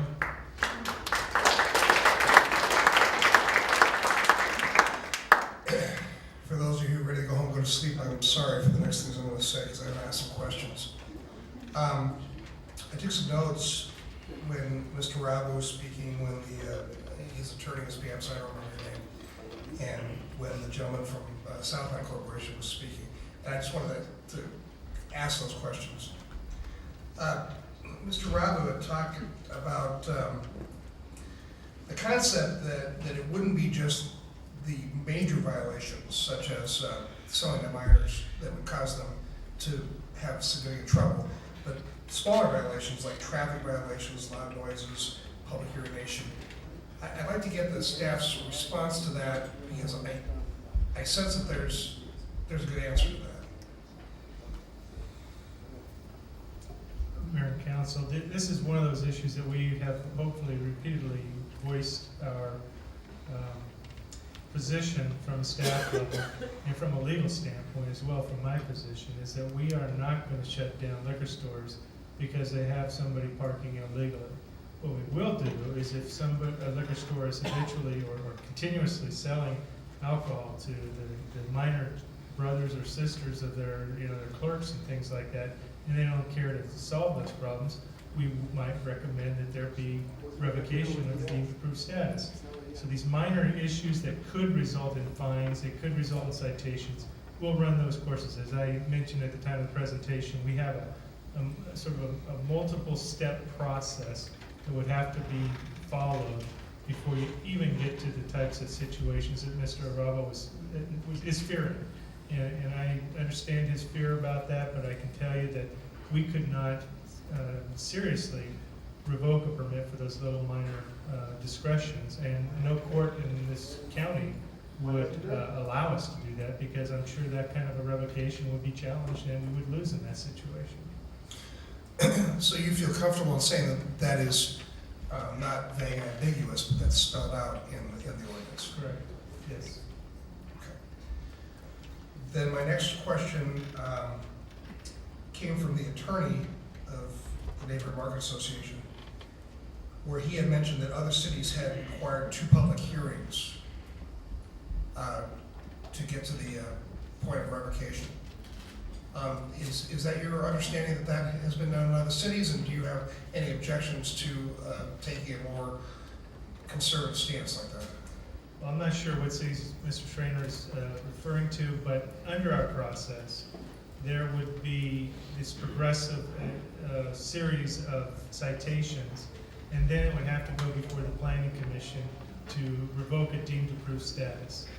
If the deemed approved status is revoked by the Planning Commission, the retailer would have the opportunity to appeal to the City Council. So now we have 2 public hearings. I have 2 public hearings. All right. And then at that point, if the City Council's decision is arbitrary or capricious or without support of the law, without your jurisdiction, they'll go to Superior Court and get a judge to overturn that decision and direct you to reinstate the deemed approved status. So we have 3 public Which is hearings. exactly what we're doing with other CUPs and other revocations. That's correct. Everybody has the same opportunity to appeal to the court. Right. And if they go through, and I just want to mention, if we're going to go through the process of citation, they have a chance for an administrative law judge or an administrative hearing officer to actually deal with each and every one of those citations. So you could have hearings on the first 2, 3, 5 citations before it even gets to the hearing before the Planning Commission. All right. And my last question was the idea that we had abdicated, us as City Council, by accepting this ordinance tonight. We de facto abdicate our authority on the ability to bring new businesses to the valley, specifically the kind of business, the Italian markets, and the other kind of business we'd probably like to attract. What is the answer to that question? I disagree with it completely. The proposed ordinance, as far as new stores, still allows those types of businesses in. If they are over 10,000 square feet, they can go anywhere into the valley. And our finding, after a lot of research in the private marketplace, is places, the examples that were given to us during our discussion with the Chamber of Commerce was specifically Trader Joe's and Whole Foods. They are always over 10,000 square feet. We actually reduced it from 15,000 to 10,000 to take into account those kind of uses. There are other areas remaining in the city that was on the map that you saw earlier during Manjeet's proposal that allows any store selling alcohol in the city. Where the proposal for new stores is to not allow them is any place in the city where there is either an overconcentration of off-sale alcohol licenses already, or a high crime rate. So has that in any way or substantially changed the position that we take now? In regard to our ability as a council to make decisions as to what stores can and cannot have the ability to sell alcohol? It does. Right now, let me use the last recent example the City Council has was Magnolia Market, just up the street from City Hall. Had the ability to come through all the way through the process and be denied by the City Council to have alcohol. Under this ordinance, it would be clear that they could not make that proposal. Understood. I appreciate it. Thank you. Okay, Tony, you would say something? Thank you. Well, I've been sitting here enjoying the debate we've had tonight. I want to thank each and every one of you for being here and supporting us, and even those who are opposed to this ordinance. I really don't think revocation is a big issue to me. I was on the Planning Commission for 20 years. I think in all the time we had maybe half dozen of revocations come before us, and as one of the earlier speakers said, we only had 1 actual revocation. So I don't think revocation is something to be scared of. It is due process, and if you get to that point, you really screwed up. So I don't think that should be something that you should be afraid of. New businesses. When I was campaigning for City Council, I heard this over and over again. What are you going to do to clean up El Cajon? It needs to be cleaned up. We've got too many homeless. We've got too many drunks. We got too many kids getting alcohol. What are we gonna do? Well, this is a start, and we're gonna take the first step here tonight. I'm gonna support this ordinance, and my research in other cities that have passed, deemed approved, it's made an improvement. Year after year, the crime rate, violent crime related to alcohol goes down, and that's what will happen here.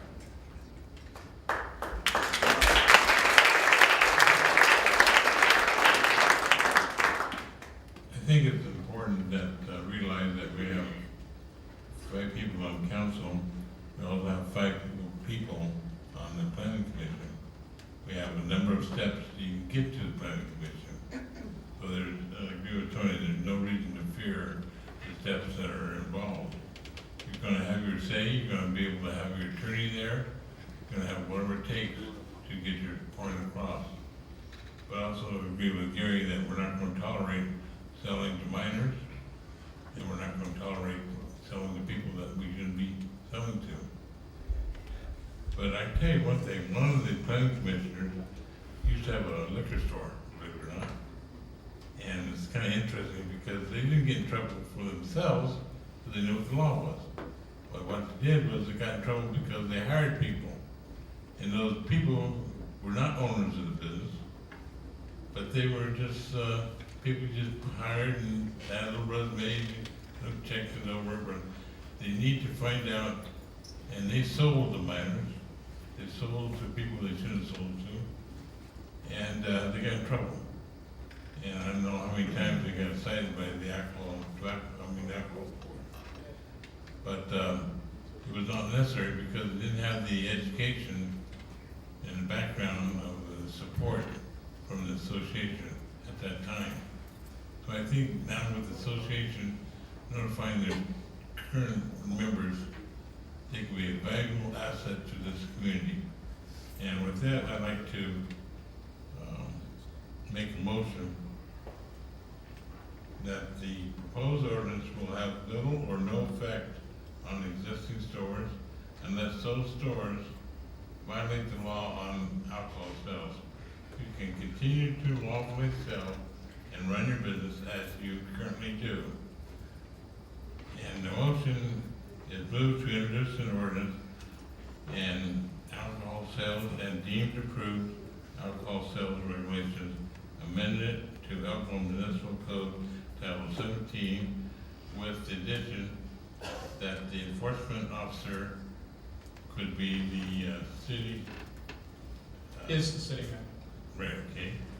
And with the comment that 2 years, but that was 2 years, we come back to the council with the police department's recommendation of continuance of that ordinance. And whatever they find out 2 years from now. But I'd like to have full force that if you screw up that many times, you deserve to be out of business, I tell you that. So that's my motion, Gary. Mark, I'd like to make some adjustments in that. And, well, we'll designate the city manager, of course, as the person that makes the decision on the revocation. Okay. And then, Just to clarify, the decision is not on the revocation, the decision is to set it for public hearing. right, Right. I stand corrected. And the second thing is I want to show that retailers, we're not doing this for spiteful reasons. We want to treat everybody the same. And for the first year, what I would like to do is waive any fee. And we could review that in another year. And I have great confidence in the retailers because a lot of these people, they're smart or they wouldn't be in business. And I think they're going to get the idea not to sell to kids and not to sell to the serial inebriates. So I'm going to recommend that there be no fee for the first year. We can review that in another year, and if it costs us more than what we think, then we can add a fee on there. You want it the first year? For this first year that we have no fee, is this appropriate time to do that? It is to give us the direction and direct us to bring back a resolution stating that. Okay. Or the fee resolution stating there will be 0 fee. Okay, so alcohol retailers, I task you once more, to save yourself a fee for next year by not selling to kids, not selling to the serial inebriates, so it doesn't cost the city a whole lot of money to enforce this. I'm putting my faith in you, yet once again. Okay, with Gary's comment and the comment with the city manager, that's the motion. Okay. With a second, please vote. That motion passes. Thank you very much.